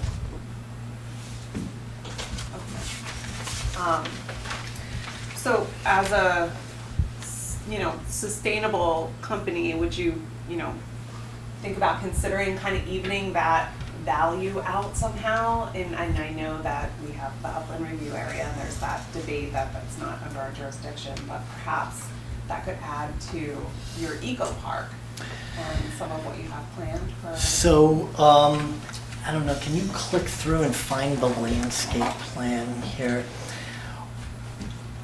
We have tried to plant a tree in every single possible location. Yeah, We okay, probably okay. could. We Yeah. really did.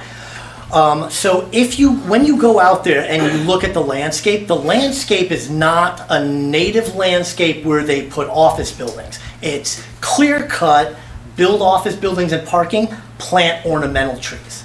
So there's a lot of Norway maple trees out there. If you know anything about the Norway maple tree is taking over New England. Its leaves stay longer on in the fall than the sugar and red maple, so it can photosynthesize much quicker, and its leaves come on before our red and sugar maple. It's also allelopathic, so anything that grows around a Norway maple, its roots send out a warning signal telling all other plants, including native plants, don't even think about growing around me. If anybody has looked in their lawn this year, do you see how many maple sprouts are coming up? The Norway maples are in a masting year. They're a terrible tree. But when this office complex went in, they were a great shade tree to plant. They grow fast, they come early, beautiful fall color. And so a lot of the trees are these Norway maples that we need to remove. Are you planning on making the project LEED certified or U.S. Green Building Council certified or any kind of certification under sustainability criteria?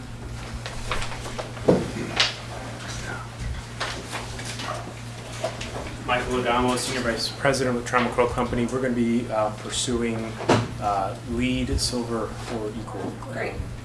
That's great. I saw Design on standard. some of your postings. Yeah. Do you issue a sustainability report as well? I'm sure that's something we could do, yeah. Do you already do sustainability reporting? We have sustainability reporting internally for other product types. Like public facing sustainability? I don't know the answer to that, but it's We can certainly Google something it, we can circle back with the commission. It would be online. Yeah. I haven't looked, but I just was curious. So something that might maybe help, and my degree is in obviously sustainability, so I'm just around that area, and I'm sorry for kind of taking us down this road. I don't want to go too far down this road. But I think it is pertinent because you're putting this eco park in the area that we're talking about, right? And so, you talked about your tenant communications, you talked about picking up all the trash, making this beautiful for the tenants. Obviously, Stony Brook is an important habitat, for the wildlife around here in this project for us as well. I'm wondering if this eco park, we have 175 units being built, so 175 families is what I'm envisioning coming here, and they damage the environment, right? Everything damages the environment, obviously, but more people kind of walking around this area and damaging, putting their stamp on the ecosystem, if you will. I think there's some opportunities in this eco park to do some education, and if I could, I would take everyone on a field trip down outside, because there's a giant, did you see it on the way in? Yeah. There's a giant sign that our Darien Beautification Commission put in there, and it talks about the different types of plants and why they put them there, and you could talk about the wetlands, you could talk about your filtration systems with the water, the stormwater, you could talk about whatever you wanted. I think there's some environmental education opportunities here, and I challenge you to, you know, kind of think about maybe what you might want to do, and that would improve value. Talk about it in your sustainability report. It's a win for the tenants, win for you, hopefully win for, you know, this development and the environment, of course. So, is that something that you've looked at? I believe we already have that called out on the plans. When we, All that for nothing. when we, Get off your soapbox. interpretive signage along the trail. Interpretive signage. Yeah, so, here's what a Yeah. stormwater quality basin is. Yeah. It's coming from the I thought I had the idea. Here's what a catch basin is. Darn it. Okay. Okay, great. I just. Grapevines, I think. They must have taught us before. So, okay, well, that makes me feel great. I love the LEED certification. Thank you for that. That's gonna add value, and, you know, I know you're taking down all those trees. I kind of get that. Okay, and then just my last question. You talked about the limited value of the habitat, and you also talked about erosion. I forget who talked about this. Will this project, in your opinion, improve the value of the habitat? I think I'm speaking with you. Sorry, everybody, I'm throwing you around. Would this, in your opinion, improve the value to the wildlife, since they're kind of putting in you talked about turtles? I went out there, I saw a frog, I saw a hummingbird, I saw chipmunks, I saw bunnies. You know, and I'm a little sad, like, if they don't have their home, right? So what's your opinion? Chris Robbins, SLR. Yes, the habitat will be improved. There's no impact to the existing regulated surface waters, right? The brook, the wetlands stay the same. The planting plan that's been proposed is taking out all the invasives along the brook, and there's a small area of invasives on the northeast or northwest corner within the upland review area. That's all going, and those are being replaced by native species, a lot of which are food bearing for wildlife in the area, right? So you'll have birds, the birds will have insects to eat. There'll be, and as Jason had mentioned, that there's seed stock there that will allow for germination across the brook on the other side. So that habitat we're anticipating, with the removal of the invasives and the planting of the natives, will be improved over time. Do you think the erosion will also be improved? Is that something we can say? The intent is to stabilize that bank, right? So the plantings are arranged so that their presence will stabilize the bank. Will that eliminate the erosion? Likely not, but it will improve it. Okay. I lied. I have one more question. I'm sorry. I think that actually it's a comment more toward Rick, and maybe Rick can probably explain this better than me. We had a discussion a few meetings back about following up with some of the things that we said we're going to do and how we follow up, and we're posting on the land records. Maybe you can explain this a little bit better. I think this project would be a good candidate for that. In the Well, the river maintenance, you think? Yeah. Yeah, well, I think they have a maintenance plan Yeah. that they've talked about, Jay, as I recall. You got That was pointed out, that they have maintenance manuals, you know, so. But we follow, but from the town following up. I don't know if the town has the staff to do that, but, you know, can they submit something? Because obviously whoever Yes.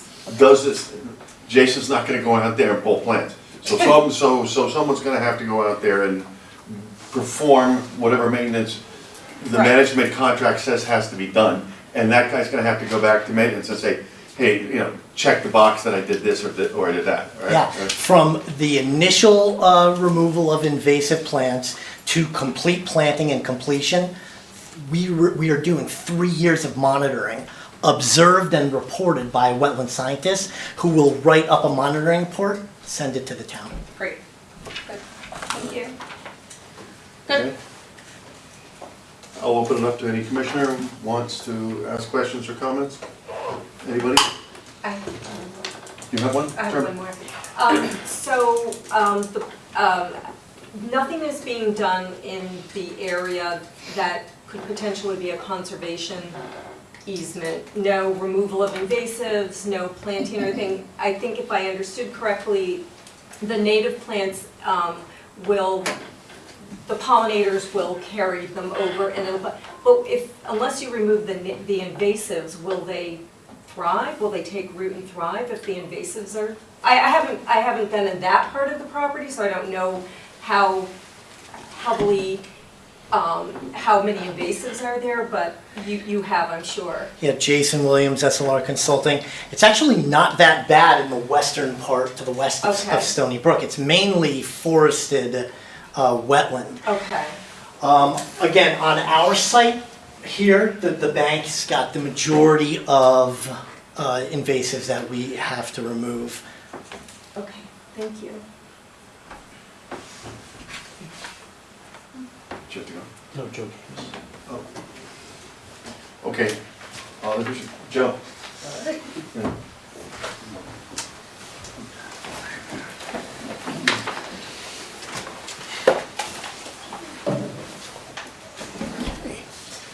Good evening. For the record, my name is Joseph Canis. I'm a licensed professional engineer in the state of Connecticut, also a certified floodplain manager by the Association of State Floodplain Managers.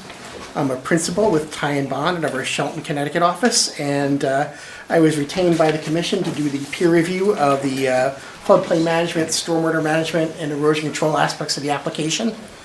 I wrote a letter dated May 9th offering comments on the application, and in general, all the elements of good stormwater management practice are incorporated into this application. It addresses both quantity and quality. They use the fresh meadow approach, which sets the bar much higher in terms of your reductions, and they've met that higher bar by following that fresh meadow approach. So I'm not going to go through all the comments I have. I'll just kind of group them into the categories I was reviewing them based upon. So for the floodplain management, there's no encroachment in the regulatory floodplain or the regulatory floodway, no regrading. So therefore, the storage volume within the floodplain, the flood storage does not change. So there'll be no negative impact on base flood elevations as a result of the project. Stormwater management, the applicant has really well documented the quality and quantity improvements that'll be made. And I agree with Mr. Daly that although the total volume and the peak flow from the site will be reduced, unfortunately it can't really improve things on Stony Brook just because of the size of the watershed. The site is about 30 acres plus or minus, I don't remember the exact number. But Stony Brook is, measured in square miles, so it's a much larger watershed. So it's hard for a very small site in comparison like this to really have a significant impact on flooding improvements. So the comments I had are all basically smaller type of comments. Things that can be addressed as a potential condition of approval, because by addressing these, it's not going to change the current design. There'll be no, it won't change the conclusions of the project. So some of the types of comments I had were, adding manholes over, some of the retainment units to provide better maintenance access. So the other thing I did note was when they did their hydrologic analysis of their retainment units, their underground storage systems, they did not account for the storage in the stone beneath the system, right? You have the concrete chambers, they sit on a layer of stone, there's void space in that stone. They didn't account for that void space, so actually the system's conservatively designed. Some other comments I had were like check the outlet control structures for buoyancy. And that, if buoyancy is a problem, all they need to do is just thicken the walls of the structure. So that's something fairly easy to do. Another comment I had was about bell traps, which I believe they have added as a result of Mr. Talamilli's comments. So all the stormwater comments that I had, There are small minor details that'll be beneficial once it does go to construction. Also, this plan set also needs to go through the planning and zoning review process as well. So that'll be the time to, that could be an opportunity to have those comments incorporated by then. Sediment and erosion control, I did ask for a phase plan. I did see they did have some of the phasing up there. In general, the sediment and erosion controls are appropriate. They have the sediment traps. I was just looking for a little bit more detail on how that could be broken out, but there's sufficient detail for the purposes of the regulated area. Other comments I had were like things like showing the concrete washout area. So very small comments. The other thing, this site will disturb over 5 acres of land. So in addition to being reviewed by the Planning and Zoning Commission, this also has to be reviewed by DEP. There's a general permit for sites where you disturb over 5 acres of land. You have to apply for a state permit, and that takes about 60 days to review. So not only is the town looking at it again, the state will also be looking at it. And then I had just had some minor grading comments. I noticed in a couple locations near the buildings, some of the first floor elevations of the building were set a little bit lower than the sidewalk. All that runoff is accounted for in the design. It's just another inlet needs to be added at the low spot. Again, I think that's a fairly minor change, and it won't change the overall conclusions. And then I also had some minor miscellaneous comments, just little notes and things like that to fix on the drawings. Again, nothing that's going to materially change the conclusions. So that's a summary of my review. I'd be happy to answer any questions. Thanks, Joe. All right, Does any thanks. commissioner have any questions or comments for Mr. Cannons? Joe, could you just drill down into changing of grades or any grading operations within the upland review area? Within the Or abutting the upland review area, specifically, is that building B? Building B right over here. Yes, correct. Can we bring up the grading plan by any chance? I don't know if we have that available. Not on here, we can. No. I think it's Okay, nice. over there. Yeah.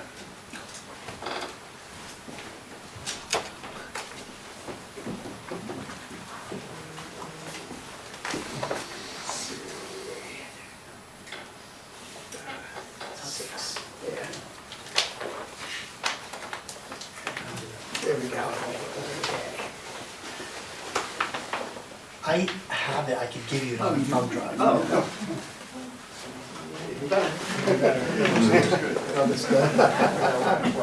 we could, use this one. Okay, so. As you said, you could access the town website from there. And access your own documents.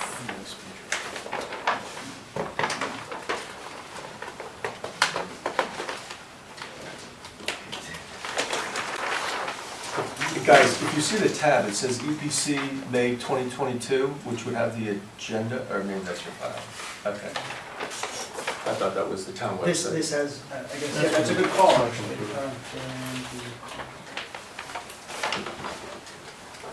Thank you very much.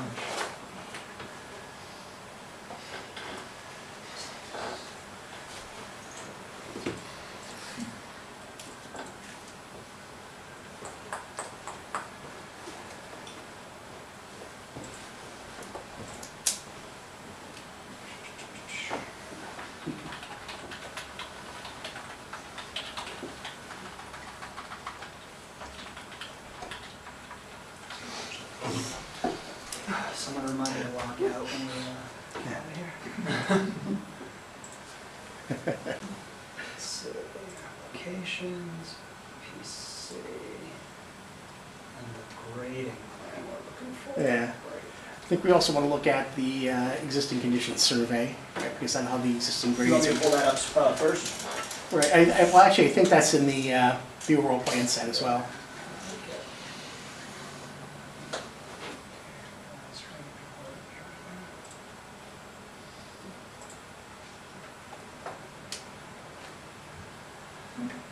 Okay, yeah, so let's scroll down to the existing conditions plan.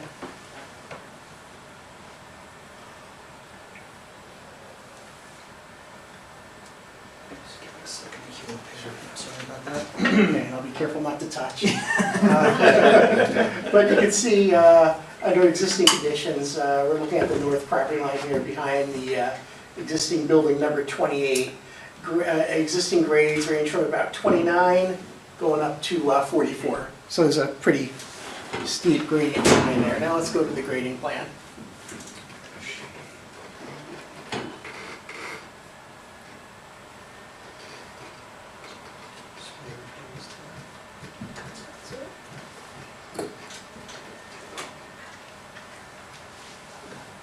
Pass it, Jay. Oh, I'm sorry, go back, yeah. That's the utility plan. Yeah, go back, I think it was sheet number 6 in the set.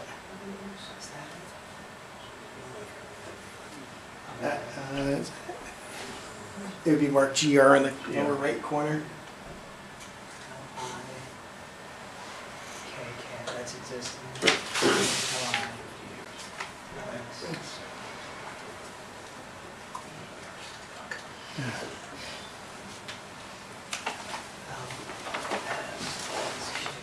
It's after LS.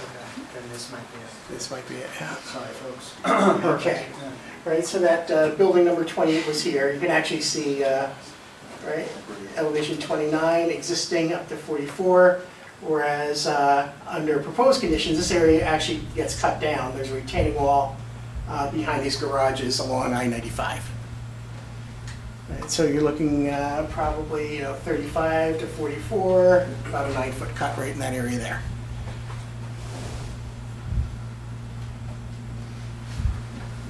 Elsewhere on the site, in this area over here, you're probably looking, this proposed 30 contour crosses the existing 30, so you're probably within a foot or so over here.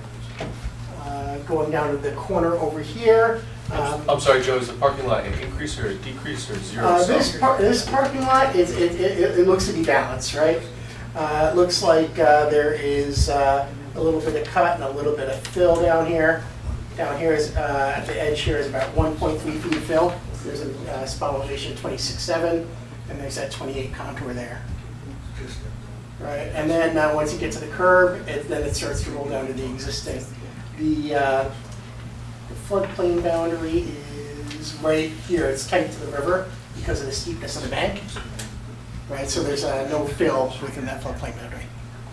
Thank you. Any other commissioner have a question or comment for Joe? No? Okay. Thank you. Thank you, Joe. Rick? You open up to the public? Do we have anybody else? Questions? Yeah. Okay, now I'm going to open it up to members of the public. If there's a member of the public who would like to speak, I request. Yes, sir. No, you have to go up to the, yeah, this is being recorded, so they need to hear you. State your name for the record. Okay, please state your name and address. Yeah, Mike Sawicki, 67 Hecker Avenue. It's been mentioned several times about cleanup of the Stony Brook area. Is that going to be from, like, say, 95 down to Hecker Avenue, or 95 to the end of the floodplain? Does that make sense? Okay, he'll take your question, he's got it, and we'll see if there's any other members of the public who would like to speak, and then you'll get your answer. Okay, just because it saves time this way to keep them to. Okay, Jay, you got it? I'm writing them down, yeah. Okay, you got another one? Yeah, please. Great. Is there going to be any access, I guess, from the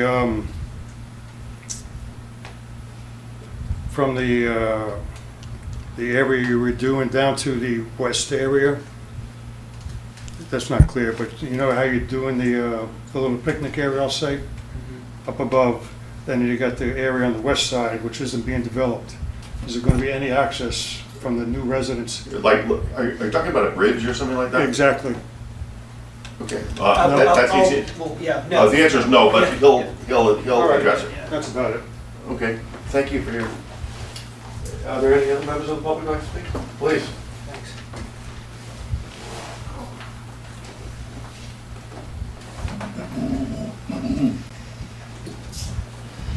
Thanks. So my name's William Freight. I'm a resident of 47 Hecker Avenue. And I would say our family is 4th generation and 5th generation owners of that property. And so firstly, I'd like to say that Jerry Nielsen has been a terrific neighbor with his office park. He really has been, so thank you for all of that. I did want to address your question about the road access during the 100-year flood.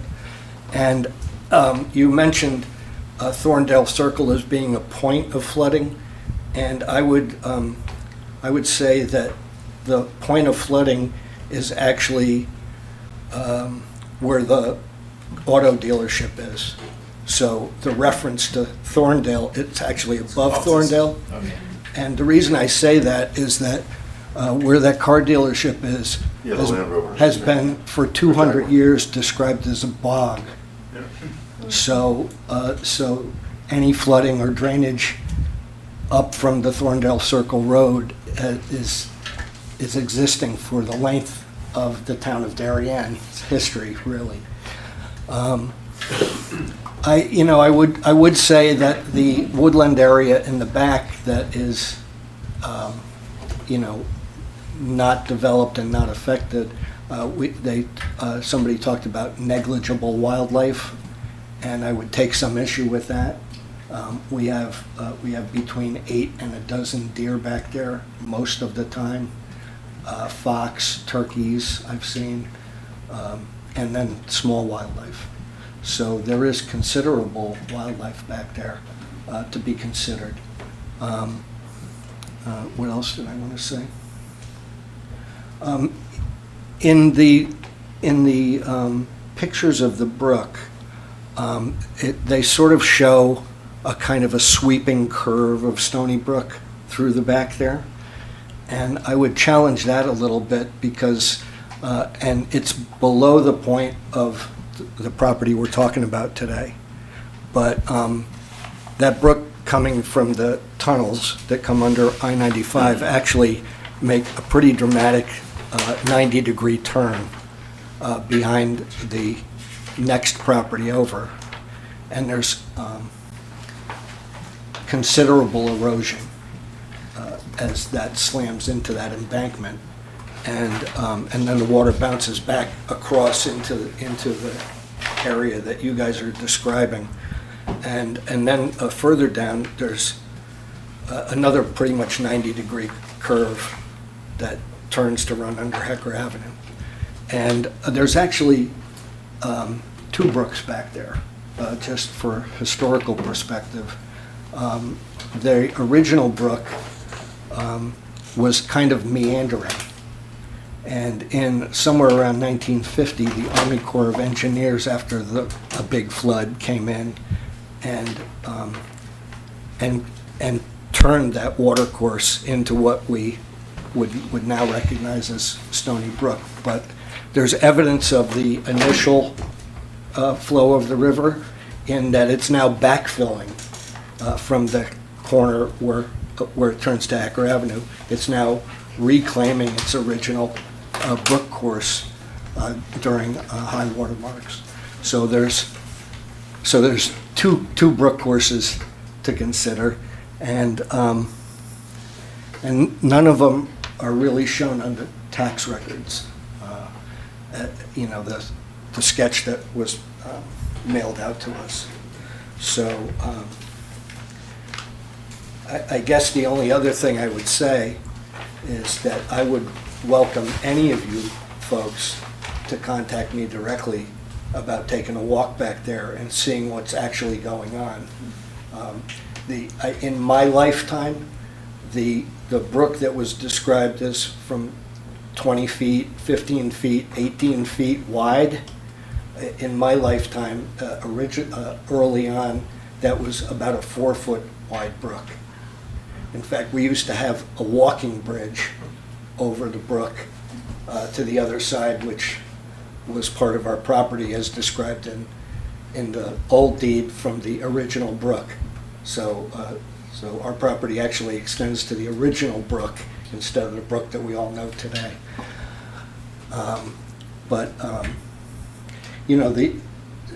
There's been dramatic erosion, And not having to do with you guys are doing the best you can with 50 yards of brook, you know.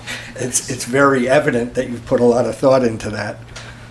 But the erosion back there is something that's very difficult to address because of the environmental rules about, you know, creating a border or retaining wall. So we have constant erosion back there that has tripled the width of that brook in 60 years. So I'm just saying all of that for historical perspective, and I would welcome anybody who would like to walk back there with me, and I'd be happy to describe what's been going on back there in my lifetime. I'll leave it there. Thanks. Mr. Freight, I got a quick question for you. So you described this erosion. Is there any point in time where you've noticed the erosion to become more progressive or exponential? Well, big storms. You know, if you're familiar with town, you see that water coming off of the Ledge Road waterfall. Grand Rapids? When that's shooting off there as white water, it is in effect slamming into the back of the dock property, which is the neighboring property to Thorndale. And there's an elevation there, so it whacks into that, and it dislodges a lot of debris. And you know, they've created a silt pond down behind the cemetery, and we've seen how fast that filled up with debris from the erosion upstream. So it's just it's an interesting problem without an evident solution, because we're really not supposed to cut anything, trim anything, put anything in the way of a barrier, and so the erosion continues and impacts downstream. And does that, you're gonna have to help me. Sure. There's Hecker, and Cherry is the roundabout that abuts the silt pond at the cemetery. Is that Cherry Street? The silt pond is actually sort of behind the town hall, in between the cemetery and town hall, and the lower playing fields of the town hall. But Cherry Street historically floods, and you know, as Lower Cherry Street there, yeah. Yeah, the last couple of houses there, a lot of them have been elevated over time. And they actually bought, as I recall, didn't they actually Yes. bought the last one, because it was, I mean, that poor guy was getting flooded, you know, forget about a 500-year storm, or, you know, it was, right. Okay. But our people on Freight Court are impacted gravely by all of this stuff. And it doesn't have much to do with the meeting tonight, but where it crosses Hacker Avenue is at Freight Court and down into Lower Cherry Street. And you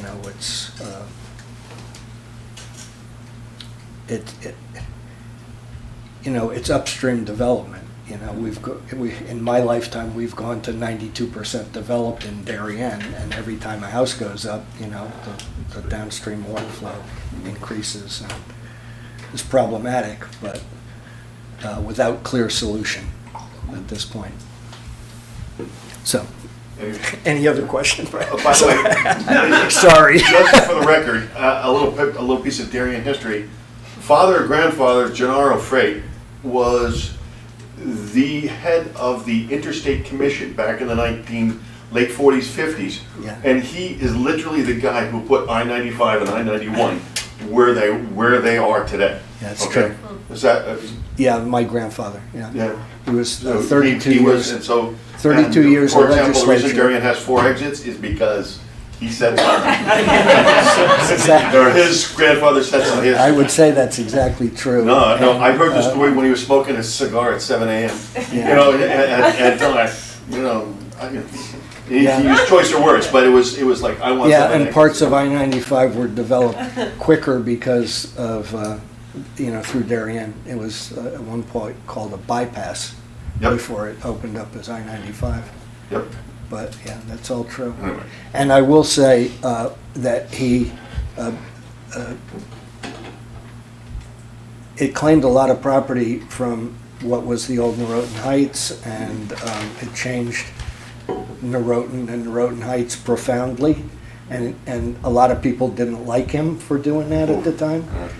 One of the things that he did was he put it virtually through his own backyard as well. That's right.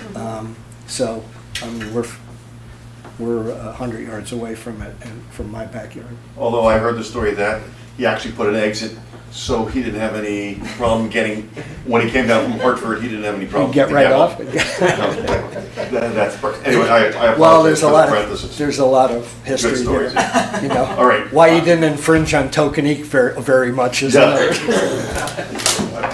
Thank you. Okay, moving on, is there anybody else from the public who would like to speak? No, speak. Sure, please.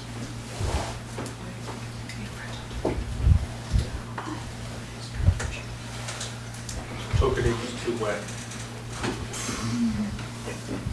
Back up in the building company.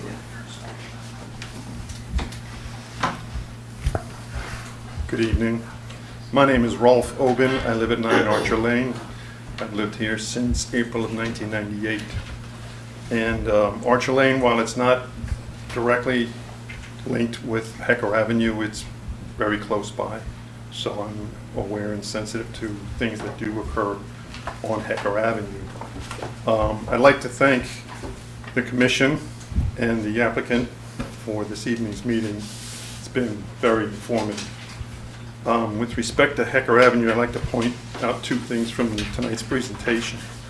One is, if I understand correctly in the plan, that there will be an access, a road access, out of the complex, the newly planned complex, onto Hecker Avenue. And that would be new, because there is, to my knowledge, no road access on the Hecker Avenue today. Okay, so that, I'll be pursuing that in the planning and zoning because that's a traffic issue. But the other issue, though, is that in the plan for whatever, all of the filtering train, if you will, and dispersal of drainage, there was a statement about how there's a piping plan for drainage that would drain out on to Hecker Avenue. And so I'm concerned about that because, you know, that would be an added amount of water going to Hecker Avenue that normally I would assume would drain out into Stony Brook and go downstream from there. So those are two comments in that regard. The other thing I would just review, if you will, is the footprint of the buildings that are planned to be put in versus the footprint of the buildings that are there today. Just looking back and forth before and after, it appears to me that the roof area footprint is significantly larger with the plan that's being proposed than what is there today. And I'd like to try and get a better idea on how that nets out to the overall amount of water that has to be dealt with, because obviously roofs are impermeable. That's why they're roofs, okay? So I'm assuming that there has to be some place to take that water. I assume that that works through the filtration system, the train, and eventually goes out into Stony Brook. But I'd also like to know, because there were statements made about how we're reducing the impermeable surface, but yet the footprint of the roof surface area seems to increase the amount of impermeable surface. And so I'm curious to know how that all nets out when it's all said and done. Thank you. Thank you, sir. Is there anybody else from the public that would like to speak? Jerry.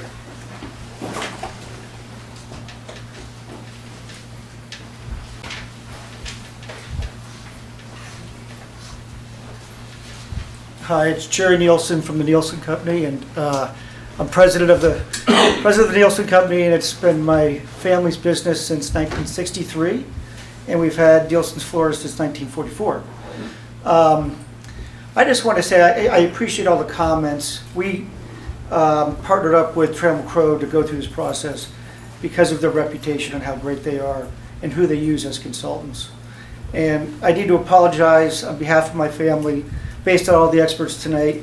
We've planted all the invasive species, and the water's not retained on site, it goes right out. But I just want to thank you for your consideration, and I'm still going to be a neighbor, and we really want and are excited about the project going forward. Thank you. Thank you, Jerry. Is there another member of the public that would like to speak? Going once? Going twice? Okay. Jay?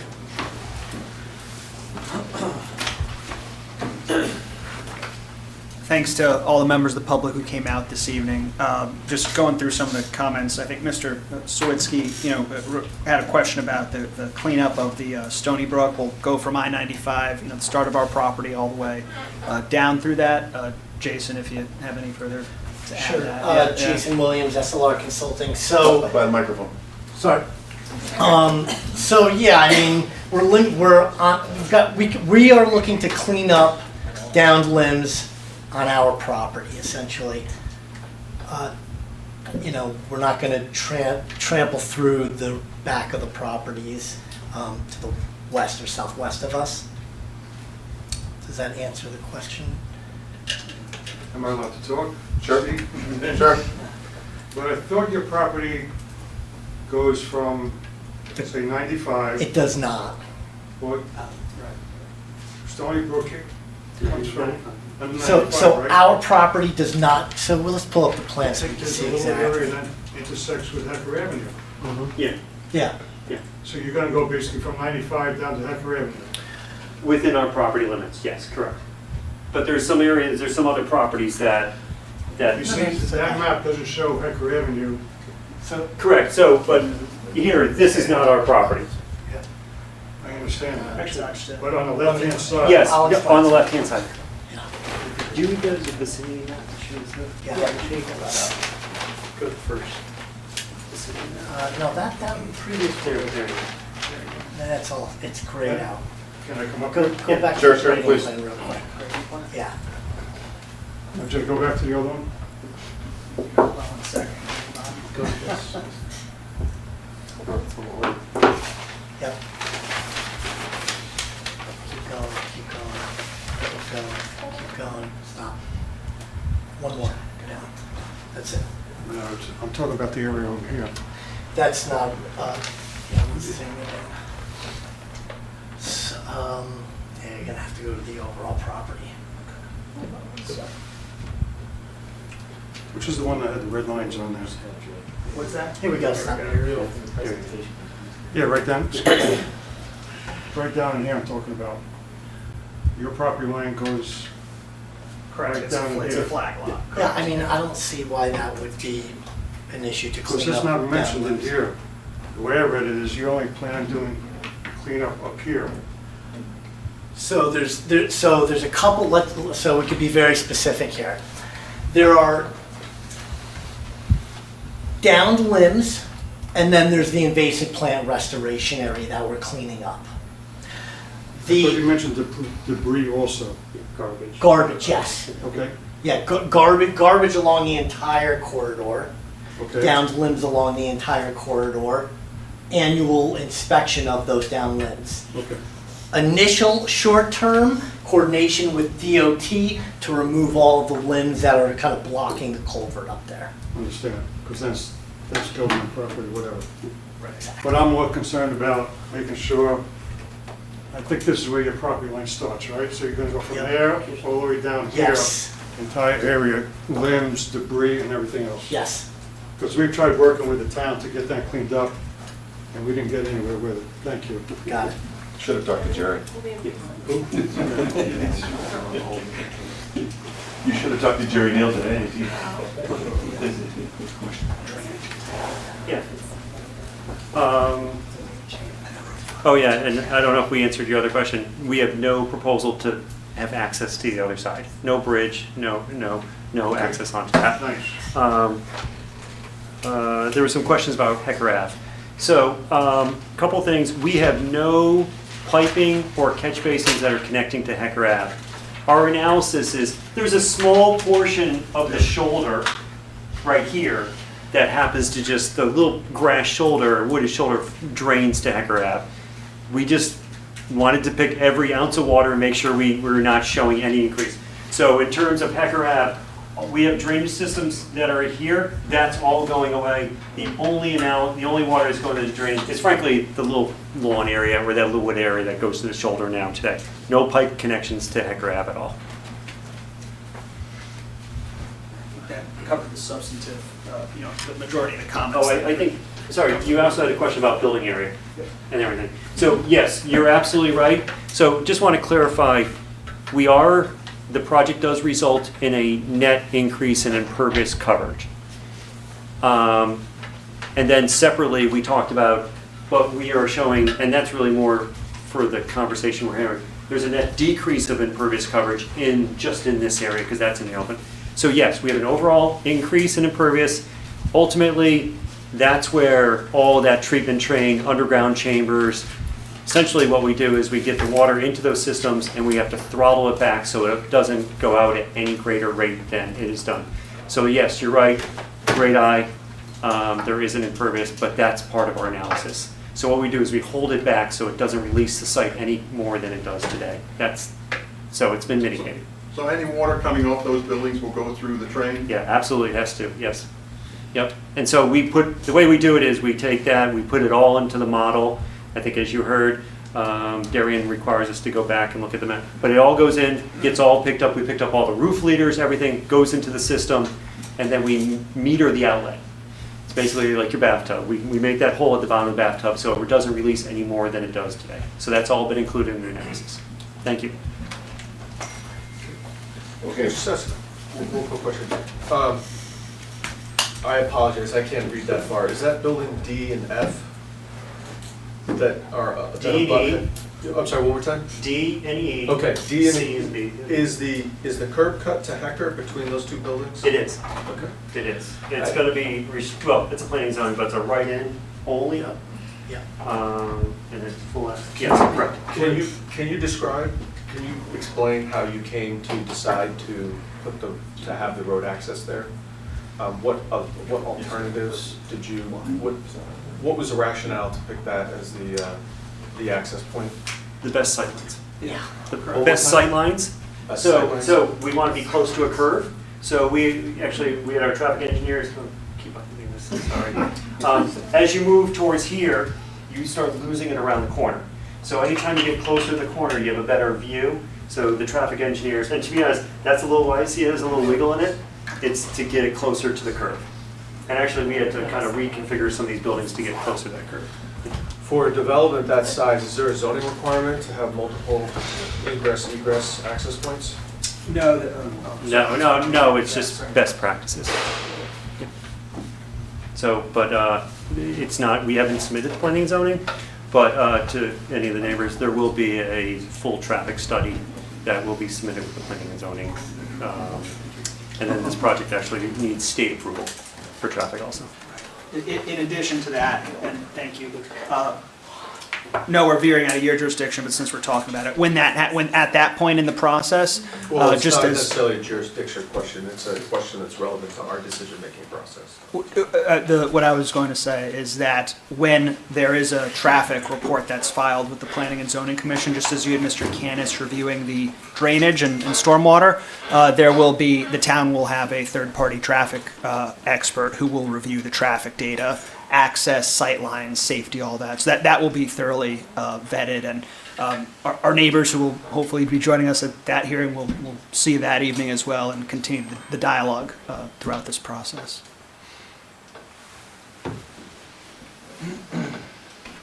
You okay? Yeah, great. Okay, any other commissioners? Okay, what I'm gonna do is, there were a number of issues that were held open, haven't been answered. So what I'm gonna do is, Rick, do I need a motion to keep the public hearing open? Yes, to continue it. To continue the public hearing? Rick, you and Jay will coordinate for the next meeting. It'll be publicly noticed. And, so. You want to summarize what the specific? Well, I don't have a list here, I'd have to go through it, so. hopefully you're keeping I'm happy to coordinate, Jay Klein again, sorry, happy to connect, I bug him enough, continue to bug him, Rick, to kind of summarize the outstanding issues. What we'd like to do is drill down so that the next time we come to you all, we're answering the outstanding questions that are at the top of your minds. We want to answer the questions that you're concerned about. So if there's something this evening that you want us to leave with, please let us know now. I've got this little iPad thingy here. I'll take it down, and that's where we'll pick our work up tomorrow morning. Of course, if you think of something tomorrow, Friday, over the holiday weekend, please get that to Rick, and he can transmit that to us as well. Just as a matter of procedure and due process that our neighbors know, this hearing will be kept open and will be continued, I believe, at your June 5th meeting, a Wednesday meeting, and that'll be at 7 o'clock in room 206, Rick, is that correct? Mm-hmm. Okay. And I'm just checking my calendar to make sure that June 5th is in fact a Wednesday, and it is, okay. Okay, may I have a motion to continue? Yes, Mr. Chairman, I'm happy to make a motion. Oh, I'm sorry, is there someone with their hand up in the back? It was me. It's a little off topic, but we had a resident meeting that you mentioned earlier, and there was talk about setting up either a chat forum or a website so that the neighbors could interact. Has that been done? We are working on that, and we'll get that going shortly. Yes, thank you, Mr. Frater. Could you repeat the question? Yeah, repeat the question. Sure. So that. Oh, certainly. For the matter of public record. Mr. Freight asked if we would be putting together a group chat or some sort of digital correspondence, and the answer is yes, we'll be doing that, so we can all stay in touch throughout the process here. Okay, thank you. Jim, you want to do Yes. a motion to continue? Yes, Mr. Chairman, I make a motion that we continue the public hearing for a future meeting with respect to application EPC 08-2024 with respect to the Fondall Circle development. And second the motion.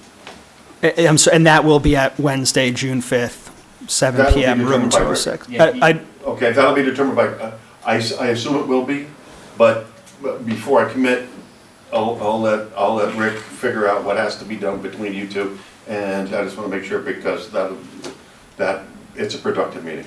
Yes, no, I just for purposes of notice, I would, if we can just state on the record that it is on that date, and if there's a change, then we can notice it. Okay. I'm sorry to be a pain in the neck, but just to so be transparent. Why don't we restate the motion so that we continue it to Wednesday, June 5th, 7 p.m. I'll restate that motion as the chairman has asked with respect to EPC application 08-2024 with respect to the Thorndale Circle development, and we are intending to host or continue this public hearing on June 5, 2024. In room 206. Second the motion with the intention to continue on June 5th, 2024 for EPC 08-2024. All in favor? Aye. Thank you. Thank you. Okay, considering that there's no other business, a motion to adjourn? Yes, I'm making a motion to adjourn this meeting of the Environmental Protection Commission. Second motion. All in favor? Aye. Done. Thank you.